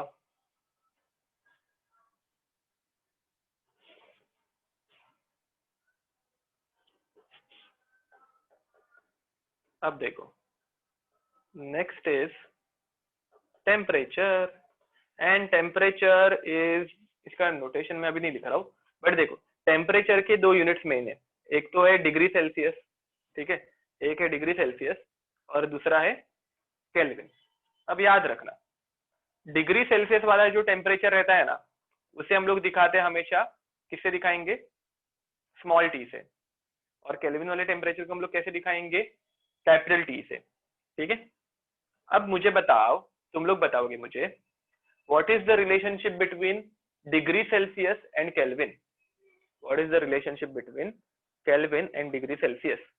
तो कोई भी टेम्परेचर अगर तुम लोगों को डिग्री सेल्सियस से केल्विन में कन्वर्ट करना है, so you need to add 273 to that temperature. You need to add 273 to that temperature. समझ में आ रहा है? तो यहाँ पे मैं तुम लोगों को एक चार्ट दे रहा हूँ, चार्ट को कंप्लीट करने का काम तुम लोगों का है। यहाँ पे एक तरफ मैं लिखूंगा डिग्री सेल्सियस में और तुम लोगों को मुझे आंसर देना है केल्विन में। 0, 127, 227, 25,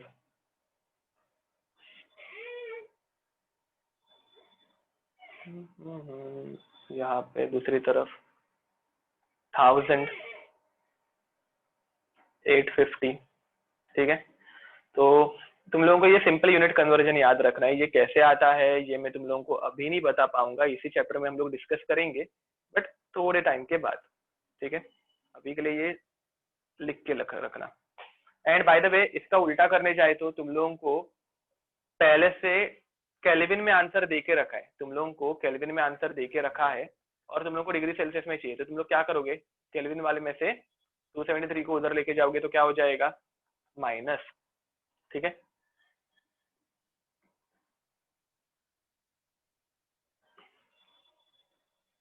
ये बाजू वाला टेबल तुम लोगों का सॉल्व हो रहा है या मेरी हेल्प चाहिए? नहीं सर, हो रहा है। हो रहा है ना, ओके।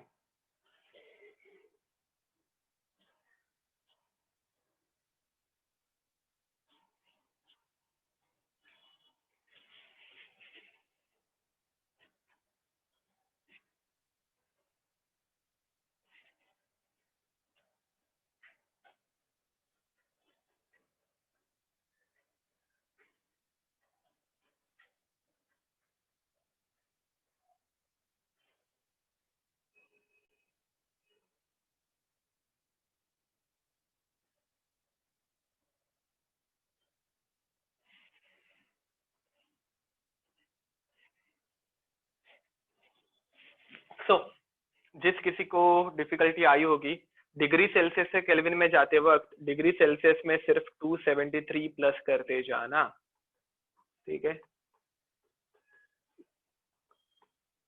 इसमें कुछ कठिनाई, एंड सब में अगर तुम लोग 273 ऐड करोगे तो आंसर क्या क्या आए थे बताओ रे, 0 का क्या हो गया होगा, 273। ओके, उनके आगे के लिखते रखना, मतलब यूनिट लिखते जाना। इसका कितना आया था रे, 127 400, केल्विन, ओके। इसके बाद वाले का 500, एंड फाइनल वाले का 298। अब याद रखना 298 kelvin is our room temperature, इसे हम लोग रूम टेम्परेचर लेते हैं। तो किसी भी क्वेश्चन में अगर तुम लोगों को 298 केल्विन मिला तो याद रखना that is your room temperature, या फिर किसी एक क्वेश्चन में तुम लोगों को लिख के दिया है एट रूम टेम्परेचर, तो एट रूम टेम्परेचर मतलब क्या, तो they are implying that it is 298 kelvin, confuse मत होना। सिमिलरली 0 डिग्री सेल्सियस या फिर 273 केल्विन को हम लोग बोलते हैं स्टैंडर्ड टेम्परेचर, क्या बोलते हैं, स्टैंडर्ड टेम्परेचर। तो किसी भी जगह पे अगर तुम लोगों को स्टैंडर्ड टेम्परेचर दिखा तो दे आर इंप्लाइंग 0 डिग्री सेल्सियस और 273 केल्विन, ठीक है। अब यहाँ पे हम लोगों को उल्टा जाना है ना, तो उल्टा जाते वक्त केल्विन में से हम लोग कितना माइनस करेंगे, तो 273 माइनस करेंगे, ठीक है। तो बताओ रे 273 जब तुम लोगों ने माइनस किया तो आंसर क्या आया,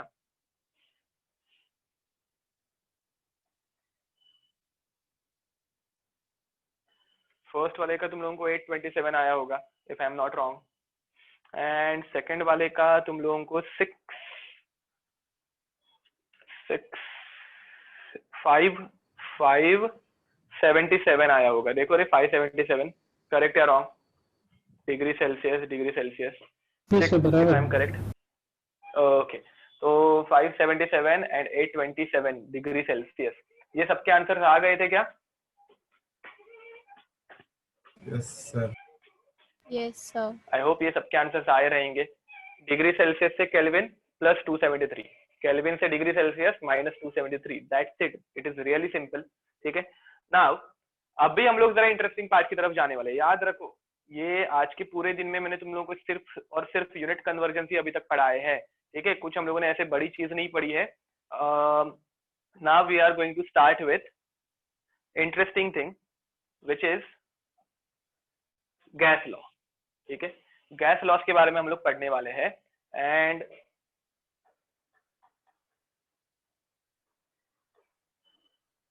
गैस लॉस के नाम में ही लिखा है that these laws are applicable only for which state, so these laws are applicable for gas state only, gaseous state only, वहां पे gaseous आना चाहिए एक्चुअल में। तो these laws are applicable only for gaseous state। अगर ये तुम लोग लिक्विड को या फिर सॉलिड को अप्लाई करने जाओगे तो these laws are not applicable for those। ठीक है, तो ये एक छोटी सी चीज याद रखना। अब यहाँ पे हम लोग टोटल 4 लॉस पढ़ने वाले। कितने लॉस पढ़ने वाले? 4। सबसे पहले we are going to learn about Boyle's law. क्या पढ़ने वाले हम लोग? Boyle's law. ठीक है, सेकंड हम लोग पढ़ने वाले हैं चार्ल्स लॉ। थर्ड हम लोग पढ़ने वाले हैं गेल-लुसाक्स लॉ। एंड फोर्थ हम लोग पढ़ने वाले हैं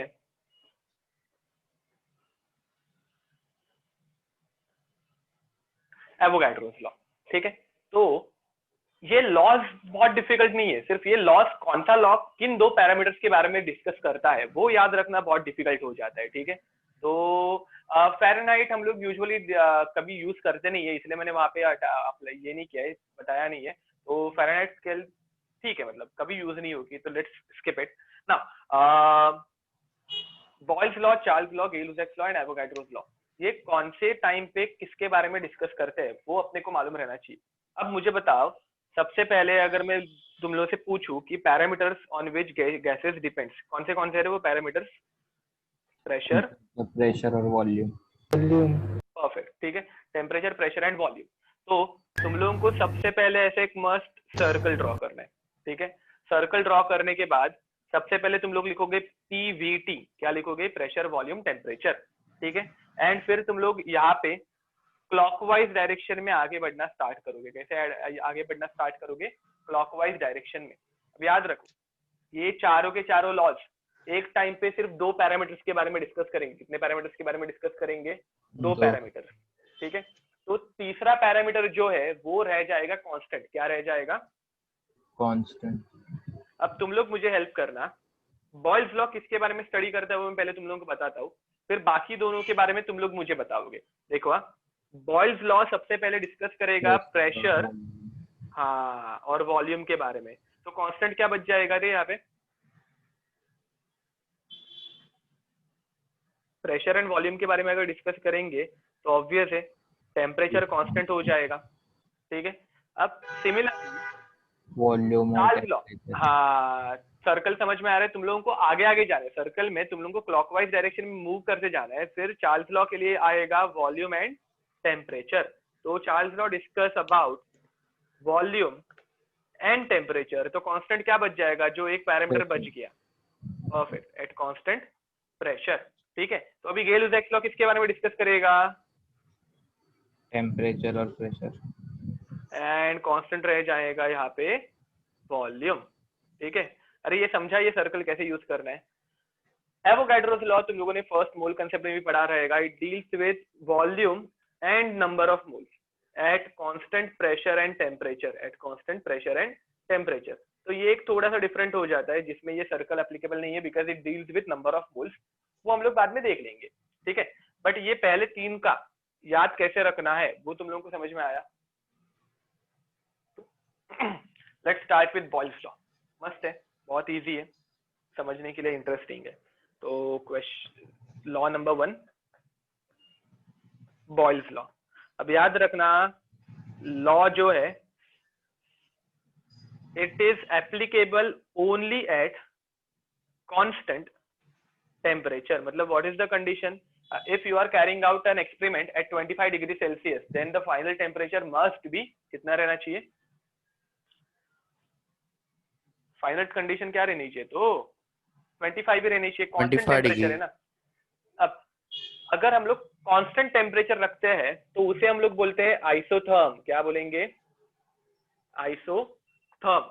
मतलब आइसो मतलब कांस्टेंट एंड थर्म मतलब हीट, या फिर यहाँ पे हम लोग बोलेंगे टेम्परेचर। तो कांस्टेंट टेम्परेचर आइसोथर्म या फिर आइसोथर्मल कंडीशन। क्या बोलेंगे? Isothermal condition. तो चलो रे, अभी तुम लोग मुझे बताओगे, आंसर तुम लोगों को करना है, तुम लोग ऐसे ही बैठे रहना मत रहना प्लीज। एक कंटेनर था, ठीक है, कंटेनर के ऊपर मैंने लगा दिया मास लेस, फ्रिक्शन लेस पिस्टन, मतलब ये पिस्टन का कुछ मास है नहीं खुद का, ठीक है, इस पिस्टन का कुछ फ्रिक्शन नाम की चीज इसके अंदर एग्जिस्ट नहीं करती है, एंड कंटेनर के अंदर मैंने फिल कर दी एक गैस, क्या फिल कर दी, एक गैस, ठीक है। अब कंटेनर के ऊपर से पिस्टन के ऊपर मैंने फोर्स अप्लाई करना स्टार्ट किया, ऊपर से मैं क्या कर रहा हूँ, फोर्स अप्लाई कर रहा हूँ, मतलब पिस्टन गैस के ऊपर क्या अप्लाई करते जाएगा, प्रेशर, करेक्ट या रॉन्ग। तो मैं ऊपर से ऐसे फोर्स अप्लाई कर रहा हूँ, तो मुझे बताओ मैं प्रेशर इंक्रीज कर रहा हूँ या डिक्रीज कर रहा हूँ रे? इंक्रीज। Increase. कर रहा हूँ, Increase. okay? So in this process, pressure of the container is increasing. Pressure of the container is increasing. अब प्रेशर जब मैं ऊपर से इंक्रीज करूंगा Volume. तो मुझे बताओ, परफेक्ट, तो वॉल्यूम डिक्रीज होने वाला है, एब्सोल्युटली करेक्ट। तो प्रेशर जैसे जैसे इंक्रीज होते जाएगा, प्रेशर जैसे जैसे इंक्रीज होते जाएगा, वैसे वैसे वॉल्यूम ऑफ गैस डिक्रीज होते जाएगा।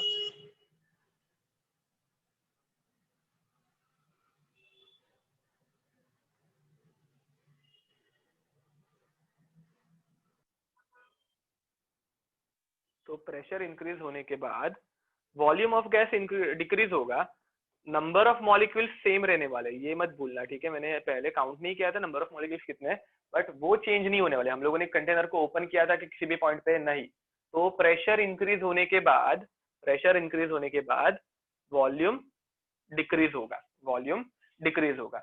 इसमें अगर कुछ प्रॉब्लम होगी तो बताओ। अब वैसे ही समझ लो मैंने प्रेशर वापस रिलीज किया, तो वापस प्रेशर में रिलीज कर रहा हूँ, तो वॉल्यूम बढ़ेगा या कम होगा?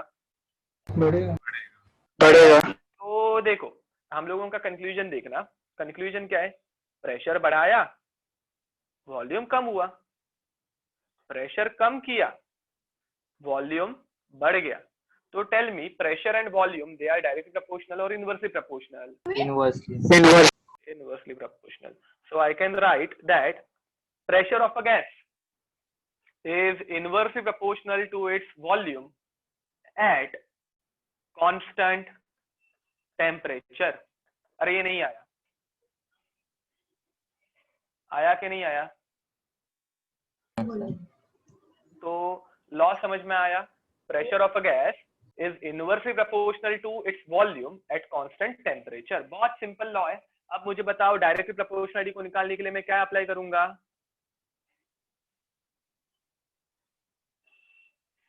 डायरेक्टली प्रोपोर्शनलिटी को निकालने के लिए मतलब इज इक्वल्स टू में कन्वर्ट करने के लिए कांस्टेंट ऐड करेंगे, कांस्टेंट। तो कांस्टेंट, ठीक है, कांस्टेंट मैंने यूज किया K1 मल्टीप्लाइड बाय 1/V, ठीक है। तो ये 1/V अगर मैं प्रेशर की तरफ लेके जाऊंगा तो मुझे मिलेगा PV is equals to K1। Any doubt? No. अब मैं अभी जो तुम लोगों को चीज बताने वाला हूँ वो हम लोग बाद में डिराइव करेंगे, ठीक है, बट तुम लोगों ने पहले से ये सुना होगा। ये कभी तुम लोगों ने सुना है क्या? अरे PV is equals to nRT, किसने ये Yes, सुना है? Yes. Okay, this equation is called as ideal gas equation, ठीक है। अब मुझे बताओ इन दोनों इक्वेशंस को, इक्वेशन 1 इक्वेशन 2, मतलब PV is equals to K1 and PV is equals to nRT, दोनों को कंपेयर करोगे तो तुम लोगों का कंक्लूजन क्या निकलेगा? रे K1 is equals to NRT. NRT.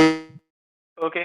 अब एनआरटी में बाय द वे, हाँ, इस इक्वेशन में क्या क्या मैंने मेंशन ही नहीं किया ना कि कौन सी चीजें क्या बताती है। तो P स्टैंड्स फॉर प्रेशर, ये तुम लोगों को पता है, ठीक है। V स्टैंड्स फॉर वॉल्यूम, ये भी तुम लोगों को पता है। N क्या रहता है? रे N, ये तुम लोगों ने मोल कांस्टेंट में पढ़ा है, नंबर ऑफ मोल्स।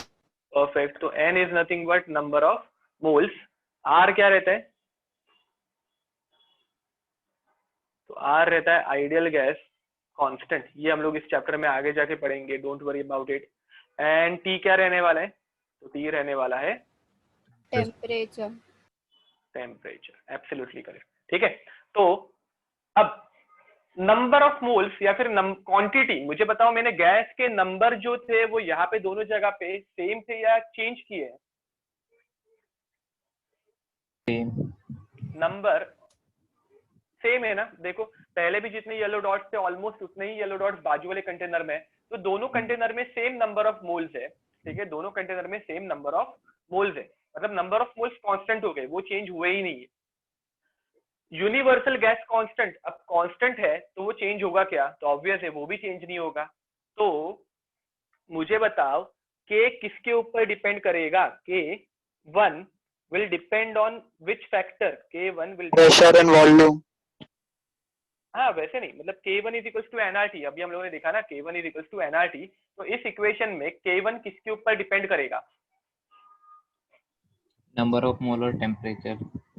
तो देखो नंबर ऑफ मोल्स कांस्टेंट है ना, ये चेंज नहीं हो रहे हैं, ये चेंज नहीं हो रहे, तो इसके ऊपर डिपेंड करेगा क्या? आर भी कांस्टेंट है। तो जो कांस्टेंट चीजें रहती है, याद रखना कांस्टेंट चीजों के ऊपर कोई भी क्वांटिटी कभी भी डिपेंड नहीं करेगी, क्योंकि वो कांस्टेंट है।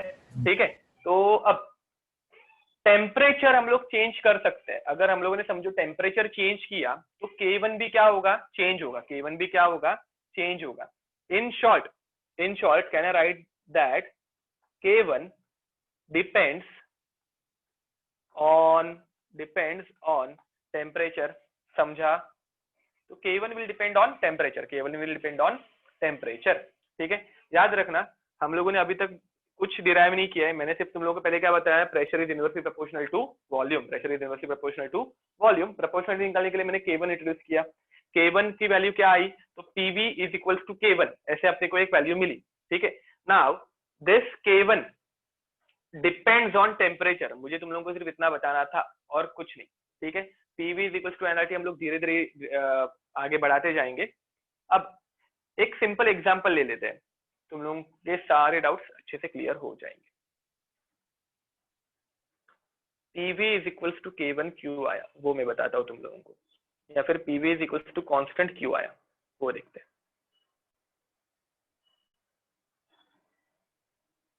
समझो एक कंटेनर में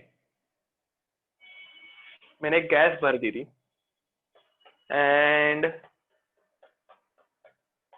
इनिशियली स्टार्टिंग में इस कंटेनर के ऊपर जो प्रेशर था वो था 1 एटमॉस्फेयर, चलेगा ना रे? एंड वॉल्यूम था 2 लीटर। कितना था? 2 लीटर। अब मैं यहाँ पे प्रेशर बढ़ा रहा हूँ, मैं यहाँ पे प्रेशर क्या करूंगा? बढ़ाऊंगा। प्रेशर बढ़ाने के लिए मैंने यहाँ पे रख दिया कुछ वेट। क्या रख दिया? वेट। अगर वेट रख दूंगा तो प्रेशर बढ़ेगा कि नहीं बढ़ेगा? हाँ सर। तो वेट रखने की वजह से प्रेशर बढ़ा एंड बढ़ने के बाद प्रेशर हो गया 2 एटमॉस्फेयर। कितना हो गया? 2 एटमॉस्फेयर। अब तुम लोग मुझे बताओ, अगर प्रेशर 2 एटमॉस्फेयर होगा, 1 एटमॉस्फेयर से अगर प्रेशर 2 एटमॉस्फेयर होगा तो वॉल्यूम कितना होना चाहिए? 2 लीटर से पहले प्रेशर था 1 एटमॉस्फेयर, वॉल्यूम था 2 लीटर। अब मैंने प्रेशर कर दिया 2 एटमॉस्फेयर, प्रेशर इंक्रीज कर दिया, तो वॉल्यूम कितना होना चाहिए 2 लीटर से? कितना होना चाहिए? आवाज ब्रेक हुआ। हाफ। 1 होना चाहिए, हाफ होना चाहिए। परफेक्ट। ठीक है, क्यों? क्योंकि मैंने प्रेशर बढ़ाया। कितना बढ़ाया? डबल कर दिया। And pressure and volume they are inversely proportional. अगर दे आर इनवर्सली प्रोपोर्शनल तो ऑब्वियस है प्रेशर डबल होगा तो वॉल्यूम हाफ होना चाहिए। ठीक है, तो देखो यहाँ पे अगर मैं इस 1 एटमॉस्फेयर को बोल रहा हूँ इनिशियल प्रेशर मतलब P1, और इस 2 लीटर को मैं बोल रहा हूँ इनिशियल वॉल्यूम मतलब V1, तो 2 एटमॉस्फेयर क्या हो जाएगा? P2 हो जाएगा एंड 1 लीटर क्या हो जाएगा? V2 हो जाएगा। करेक्ट या रॉन्ग? तो P1 V1 की वैल्यू क्या आ रही है एंड P2 V2 की वैल्यू क्या आ रही है? बताओ मुझे। P1 इंटू V1 कितना हुआ? 1 ATM इंटू 2 लीटर, एंड यहाँ पे भी हो जाएगा 1 ATM इंटू 1 ATM नहीं 2 ATM इंटू 1 लीटर। इन दोनों का आंसर क्या आने वाला है? आई गेस 2 लीटर एटमॉस्फेयर और 2 लीटर एटमॉस्फेयर, यही आंसर आया क्या? देखो जरा। Yes, sir. तो PV प्रेशर इंटू वॉल्यूम दोनों जगह पे 2 लीटर एटमॉस्फेयर आया, मतलब pressure into volume is a constant. Is correct और रॉन्ग?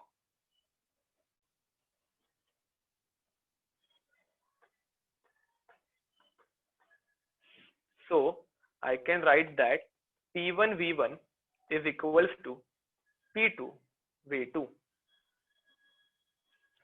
Check it. ठीक है, this is the equation which we are going to use. We can write it like this also, that P1 upon P2 is V1 equals to V2 upon V1. Okay, I hope तुम लोगों को ये समझ में आ गया। अब अगर समझा होगा तो एक सिंपल क्वेश्चन से स्टार्ट करते हैं, फिर हम लोग धीरे धीरे डिफिकल्टी बढ़ाते जाएंगे और जरा क्वेश्चन सॉल्व करेंगे अच्छे वाले, ठीक है? तो क्वेश्चन ऊपर तो कॉपी करना है। ओके, हाँ। कहाँ से देखो, आई गेस पूरा बॉयज लॉ से स्टार्ट करना पड़ेगा। दिख रहा है ये सबको अच्छे से? हाँ। देखो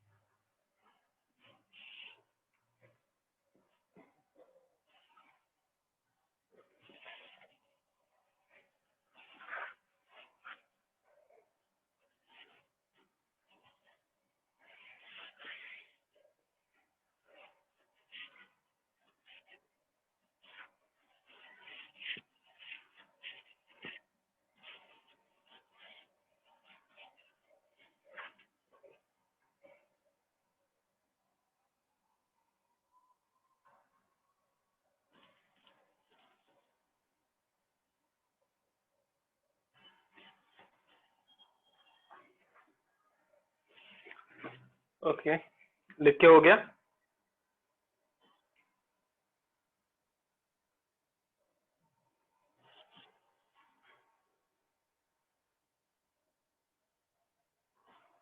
कंटिन्यू करें lecture?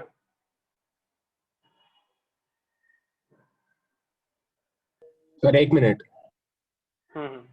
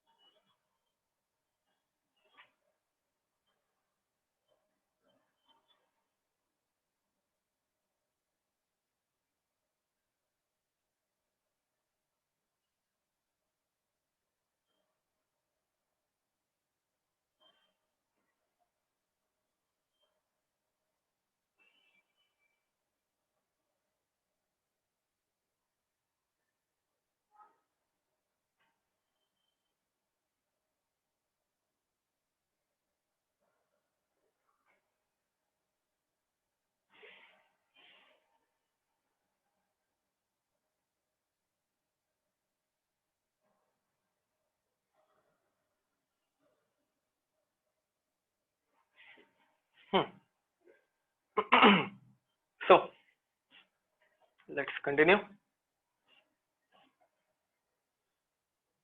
Now,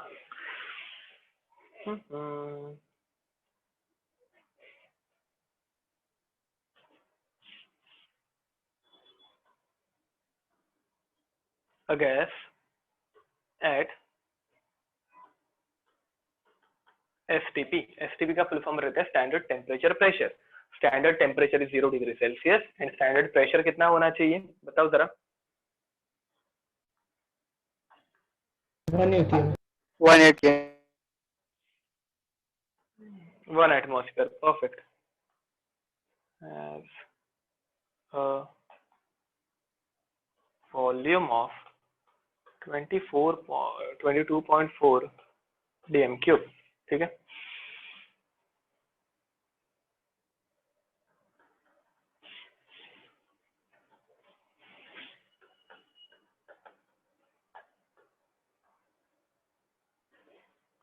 Its pressure changes to 5 atmosphere. Find final volume. ठीक है. तो देखो यहाँ पे तुम लोगों को डेटा में उन्होंने एसटीपी के फॉर्मेट में बहुत सारा डेटा डायरेक्ट दे दिया है. ठीक है. तो तुम लोगों को यहाँ पे स्टार्टिंग का प्रेशर, इनिशियल प्रेशर जो है वो 1 atm ही लेना पड़ेगा एंड फाइनल प्रेशर उन लोगों ने पहले से दे के रखा है तुम लोगों को. तो देखो कैसे सॉल्व करना है वो सोचो.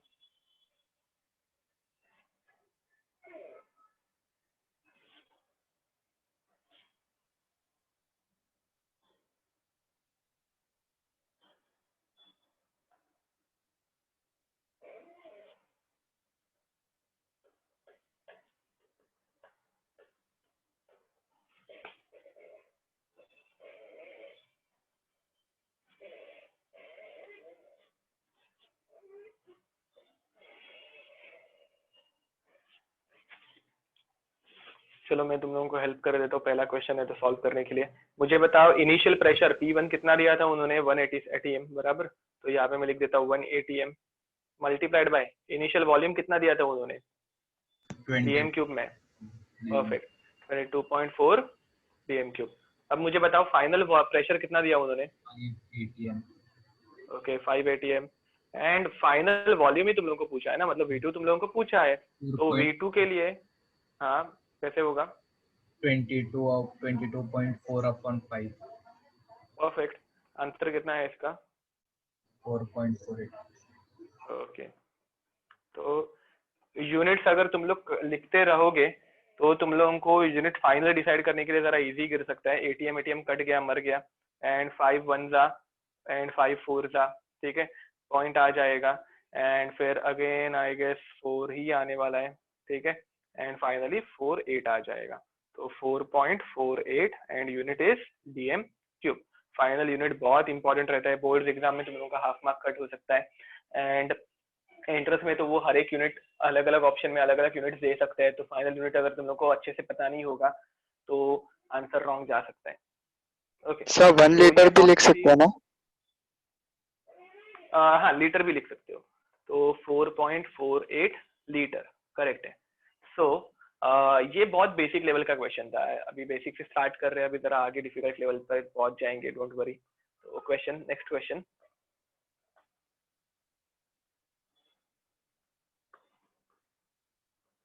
A gas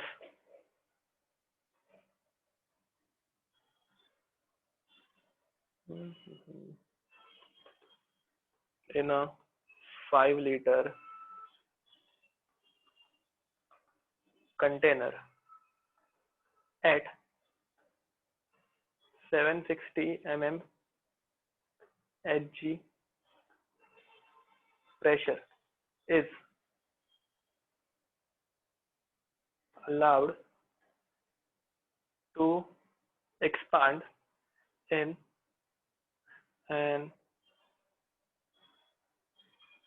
adjacent container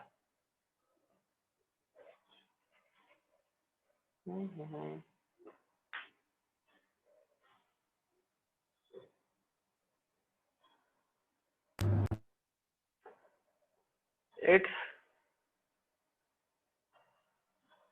volume adjacent container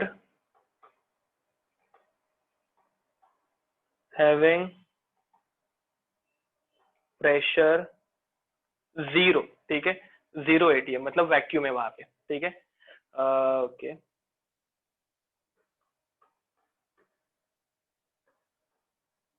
Its pressure decreases to 0.5 ATM. Find the volume of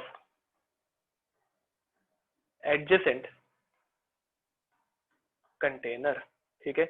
अब ये क्वेश्चन समझने के लिए थोड़ा टाइम जा सकता है, ठीक है, तो एक बार क्या लिखा है वो मैं तुम लोगों को एक्सप्लेन करता हूँ। तो देखो एक्चुअल में यहाँ पे एक कंटेनर नहीं है, कितने कंटेनर है, 2 कंटेनर है, और दोनों के बीच में एक वॉल थी, दोनों के बीच में क्या थी, एक वॉल थी, ठीक है। अब एक तरफ वाले वॉल के अंदर मैंने कोई एक गैस रख दी है, ठीक है। इस गैस का तुम लोगों को प्रेशर और वॉल्यूम दिया है, मुझे बताओ इस गैस का प्रेशर कितना है, वॉल्यूम कितना है, कितना प्रेशर दिया है, 760 mmHg। परफेक्ट। अब यहाँ पे तुम लोगों को यूनिट कन्वर्जन बहुत काम आएंगे, ठीक है। तो वॉल्यूम तुम लोगों को दिया था 5 लीटर। अब यहाँ पे कुछ नहीं था, यहाँ पे बाजू वाले कंटेनर में वैक्यूम था, ठीक है। तो यहाँ पे बाजू वाले कंटेनर में वैक्यूम था एंड तुम लोगों को इस बाजू वाले कंटेनर का वॉल्यूम पूछा है, वॉल्यूम ऑफ कंटेनर, करेक्ट या रॉन्ग, करेक्ट। ओके।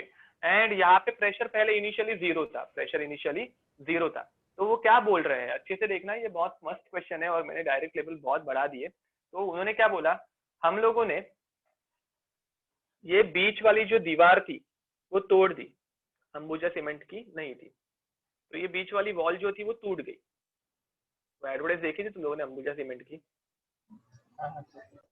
मस्त थी वो, हाँ। तो अब ये तोड़ने के बाद होगा क्या, तो वॉल्यूम धड़ाम करके इंक्रीज हो जाएगा, वॉल्यूम डायरेक्ट इंक्रीज हो गया। अब वॉल्यूम इंक्रीज होने के बाद कितना होगा, अरे बताओ फाइनल वॉल्यूम कितना होगा, V2 कितना होगा, V1 प्लस, परफेक्ट, वॉल्यूम हो जाएगा V1 plus 1 V plus volume of container, अपने को बाजू वाले वॉल्यूम का कंटेनर का वॉल्यूम पता ही नहीं था ना, तो V1 plus volume of container, getting it, ठीक है।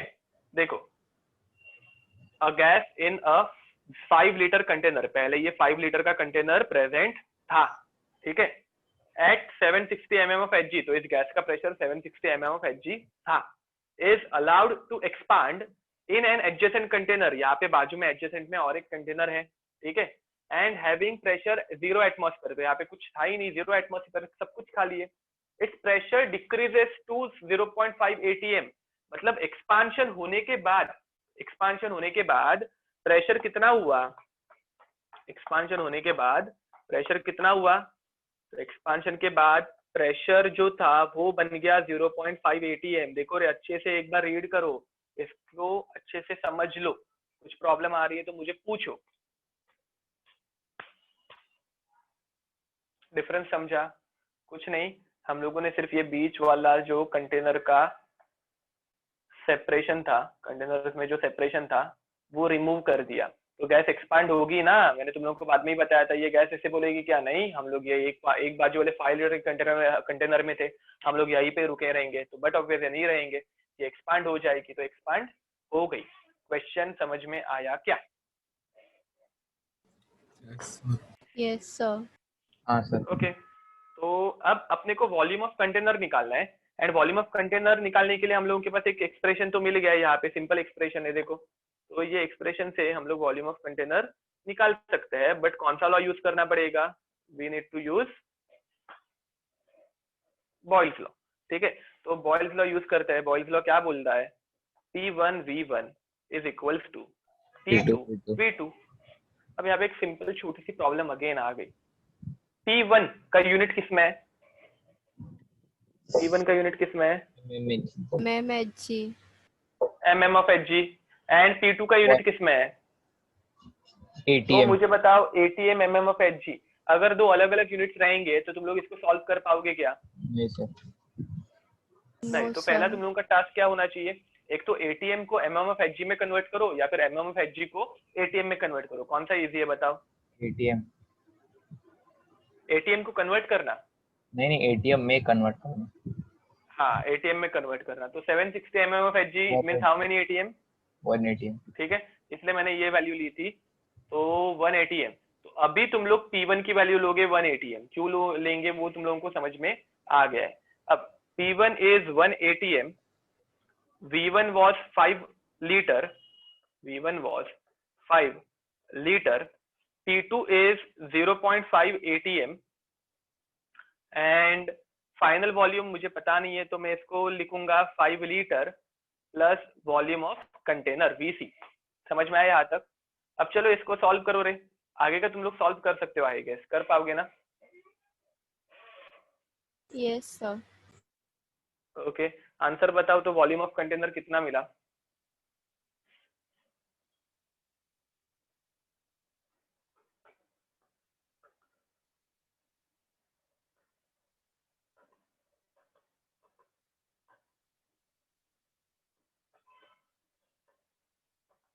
एटीएम से एटीएम मर जाएगा,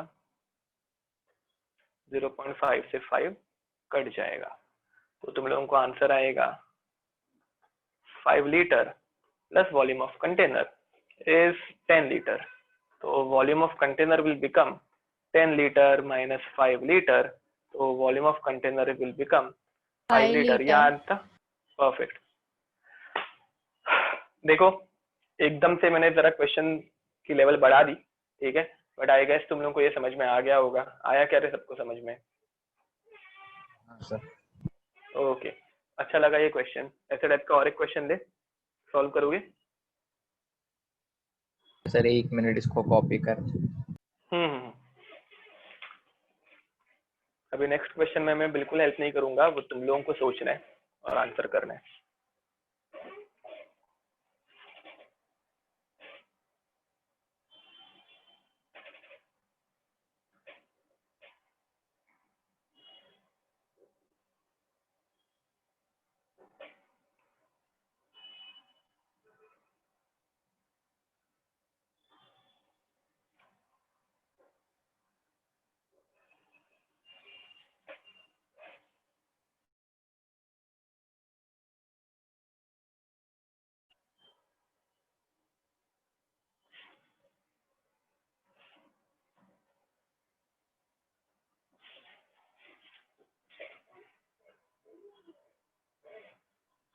done done done.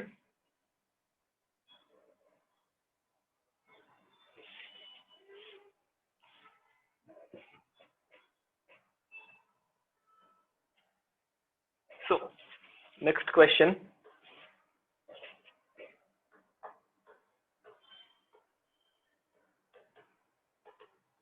two containers at pressure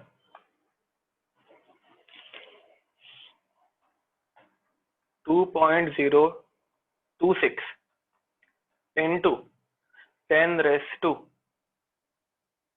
5 Pascal and 0 Pascal, मतलब एक कंटेनर का pressure 2.026 into 10 raised to 5 pascal है एंड दूसरे का 0 पास्कल है, आर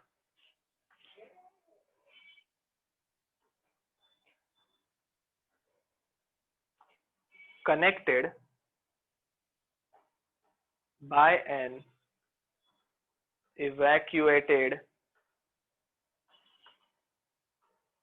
tube of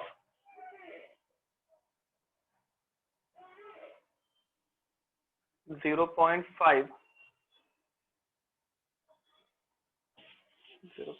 नहीं, ठीक है, 0.5 लीटर वॉल्यूम। ठीक है, ये जस्ट तुम लोगों को कंटेनर की इंफॉर्मेशन मिल गई। क्या क्या इंफॉर्मेशन मिली? एक दो कंटेनर्स है, उनके बीच में एक ट्यूब है, दोनों को कनेक्ट करने के लिए एक ट्यूब है। ट्यूब का वॉल्यूम कितना है? 0.5 लीटर। ये डायग्राम तुम लोगों को बनानी है, मैं भी डायग्राम बिल्कुल नहीं बनाने वाला हूँ, तुम लोग खुद बनाओगे। एक कंटेनर का प्रेशर है 2.026 इंटू 10⁵ पास्कल, दूसरे का प्रेशर है 0 पास्कल। समझ में आया? ठीक है, अब आगे बढ़ते हैं, इसके आगे देखते हैं क्या होता है।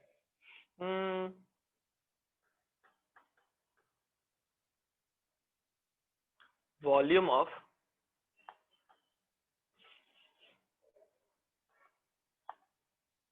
container with pressure 2.026 into 10⁵ Pascal is 10 liters, and the gas inside it is allowed to expand,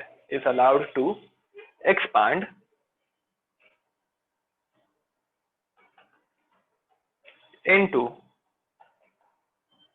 another container.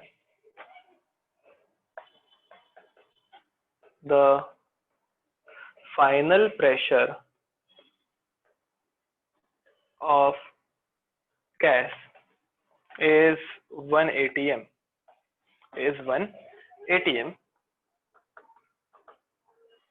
Find the volume of container at 0 atm. बहुत लंबा चौड़ा क्वेश्चन हो गया, आंसर बहुत छोटा है, उतना ही छोटा आंसर आने वाला है और उतना ही जल्दी आंसर आने वाला है। ठीक है, तो देखो, सोचो और आंसर बताओ।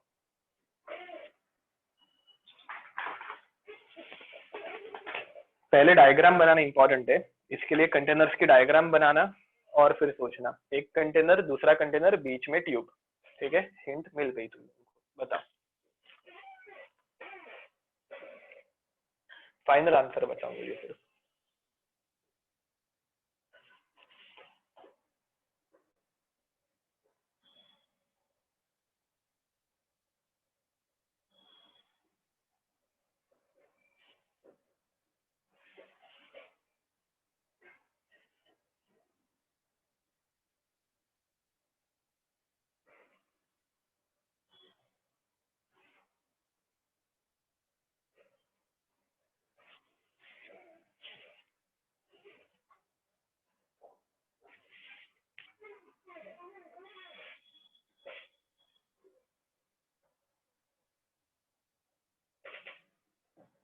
याद रखो, जितना बड़ा क्वेश्चन दिखता है उतना वो इजी रहता है, सिर्फ उसके कंपोनेंट्स को सेपरेट करने आना चाहिए।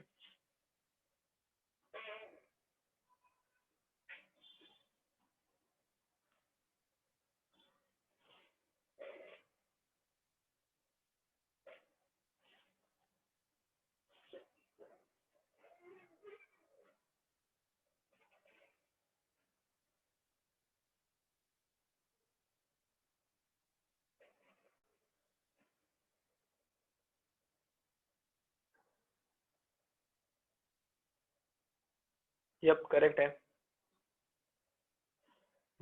चलेगा। यूनिट कन्वर्जन करेक्ट है जयेश। फाइनल वॉल्यूम सिर्फ बताओ, यूनिट कन्वर्जन तो जम गया। ठीक है,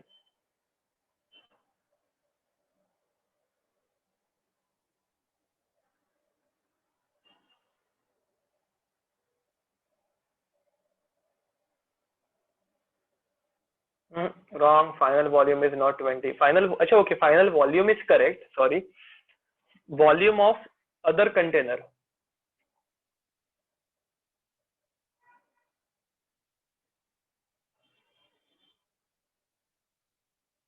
Volume of other container.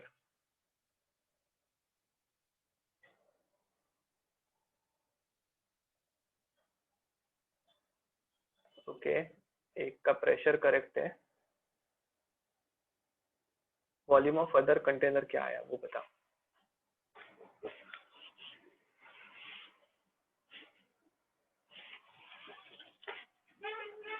Okay, तुम लोगों ने डायग्राम बनाई थी क्या बाय द वे इसकी?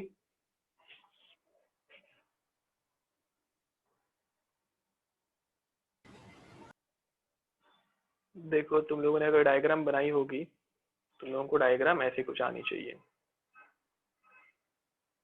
ये फर्स्ट कंटेनर, बीच में तुम लोगों की ट्यूब जिसका वॉल्यूम मैंने दिया था 5 नहीं 0.5 लीटर, ठीक है। और फिर ये सेकंड कंटेनर। देखो हम तुम लोगों का शेप अलग हो सकता है, तुम लोगों का कंटेनर सर्कुलर रह सकता है, ट्रायंगुलर रह सकता है, कुछ फर्क नहीं पड़ता, ठीक है। अब फर्स्ट कंटेनर सेकंड कंटेनर दोनों के बीच में था एक दरवाजा, ठीक है। एंड फर्स्ट कंटेनर का प्रेशर मैंने कितना रखा था? फर्स्ट कंटेनर का प्रेशर देखो रे कितना था, तो P1 था 2.06 into 10⁵ पास्कल। इसका वॉल्यूम V1 था 10 लीटर, एब्सोल्युटली करेक्ट।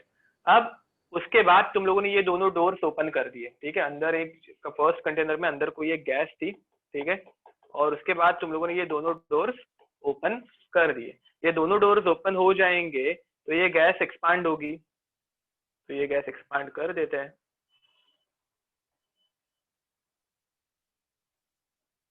तो सेकंड डायग्राम अगर तुम लोगों को डायग्राम बनानी होगी, सेकंड भी बनाया होगा तुम लोगों ने, तो तुम लोगों की सेकंड डायग्राम ऐसे कुछ दिखनी चाहिए कि दोनों डोर्स ओपन हो गए। अलाउड टू एक्सपांड है ना, अलाउड टू एक्सपांड मतलब भी वो दोनों डोर्स जो इंक्लोजर था वो मैंने ओपन कर दिया। तो अभी ये गैस देखो, ये इस 10 लीटर के कंटेनर में तो एक्सपांड हुई होगी, तो वो वहां पे तो थी ही, ठीक है। एंड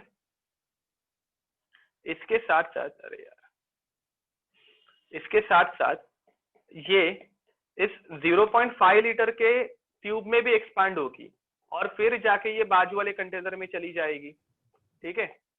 तो अब यहाँ पे पहले प्रेशर कितना दिया था? तो यहाँ पे पहले प्रेशर दिया था 0 atm, ठीक है। तो इसका पहले से कुछ प्रेशर था नहीं। अब मुझे बताओ गैस का फाइनल वॉल्यूम कितना बना? गैस का फाइनल वॉल्यूम कितना बना? इस कंटेनर का वॉल्यूम जो है वो मैं बोल रहा हूँ वॉल्यूम ऑफ कंटेनर, ठीक है। तो मुझे बताओ गैस का फाइनल वॉल्यूम V2 कितना बना रहे? V1 plus V container. V1 plus V container. और मुझे बताओ, मुझे ट्यूब का वॉल्यूम कंसिडर करने की जरूरत नहीं है क्या? गैस ट्यूब में एक्सपांड हुई नहीं है। प्लस 0.5। हाँ, तो वॉल्यूम ऑफ ट्यूब तुम लोग को समझ में आ रहा है क्या? अगर मैं तुम लोगों को डिटोस क्वेश्चन देता तो ऊपर वाले क्वेश्चन और नीचे वाले क्वेश्चन में कुछ डिफरेंस ही नहीं रहता ना। तो यहाँ पे तुम लोगों को ये एक माइन्यूट डिटेल देखनी थी कि गैस एक्सपांड होगी तो ट्यूब में भी एक्सपांड होगी, क्योंकि दोनों को कंटेनर को कनेक्ट करने वाली ट्यूब ही है ना, तो उसके अंदर गैस जाने ही वाली है। समझा? ये ट्रिक थी यहाँ पे। बाकी फाइनल प्रेशर कितना दिया है बताओ रे? फाइनल प्रेशर कितना दिया है? इसको P2 नहीं बोलते, इसको P2 नहीं बोलते, इसको सिर्फ प्रेशर ऑफ कंटेनर बोलेंगे, ठीक है। तो फाइनल प्रेशर कितना है रे? 1 atm। 1 atm, okay. तो फाइनल प्रेशर P2 जो होगा वो हो गया था 1 atm, ओके। तो again P1 V1 P2 V2 सारी चीजें अपने पास आ गई है। तो सारी चीजें अगर हम लोगों के पास आ गई है तो हम लोग क्या यूज करेंगे? Boyle's law, P1 V1 is equal to P2 V2, ठीक है। तो P1 पास्कल में, P2 एटमॉस्फेयर में, किसको कन्वर्ट करूँ तो अच्छा लगेगा? किसको इजीली कन्वर्ट कर सकते हैं? ATM में कन्वर्ट करो। तो इसमें ATM में कन्वर्ट करना है, ओके। तो ATM में बताओ पास्कल, P1 पास्कल कितना ATM बनेगा?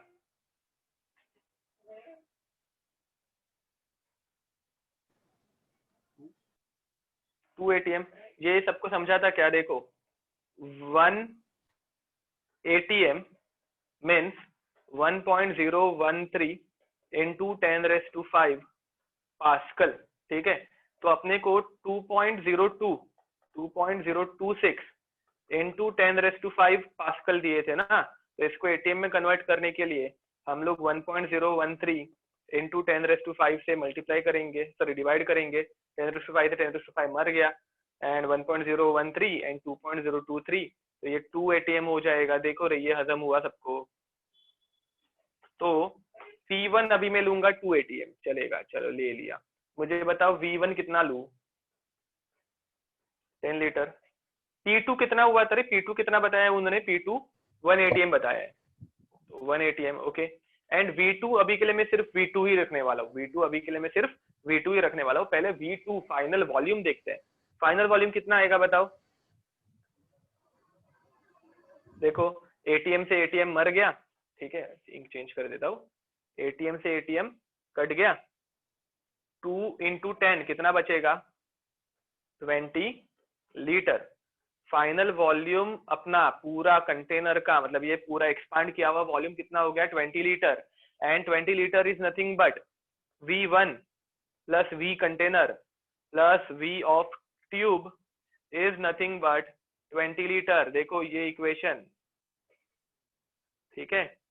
अब मुझे बताओ, मैंने V1 फाइंड आउट करके तुम लोगों को पहले से देके रखा था, इधर लिख रहा हूँ मैं अभी नीचे, ठीक है। V1 कितना था? 10 लीटर था। देखो V1 कितना था? 10 लीटर। वॉल्यूम ऑफ कंटेनर ही अपने को फाइंड आउट करना है। एंड वॉल्यूम ऑफ ट्यूब कितना दिया है? तो वॉल्यूम ऑफ ट्यूब दिया है 0.5 litre, which is nothing but 20 litre. तो volume of container plus 11.5 litre is equals to 20 liter. Therefore, volume of container is equals to 20 minus 11.5 liter, and therefore volume of container is equals to 9.5 liter. मुझे ऐसे क्यों लगा कि ये बहुत जन को नहीं समझा? सर 8.5 आएगा। 8.5? ओए सॉरी, ना ना ना, आंसर 8.5 नहीं आएगा।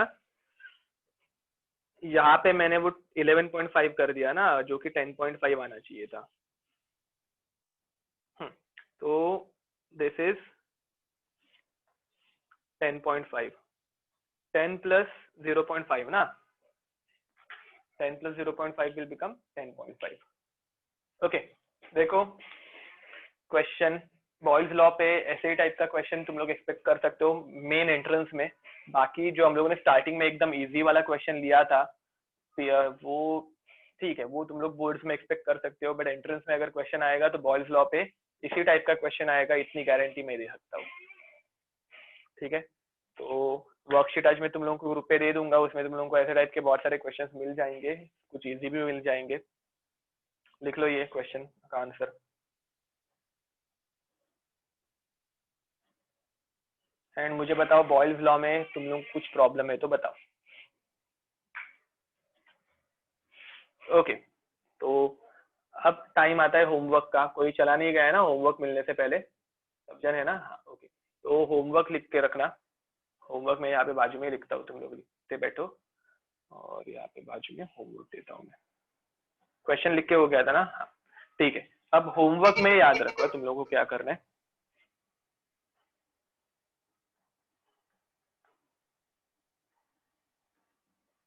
Homework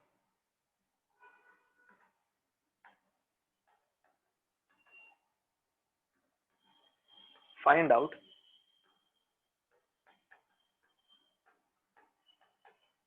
the relationship between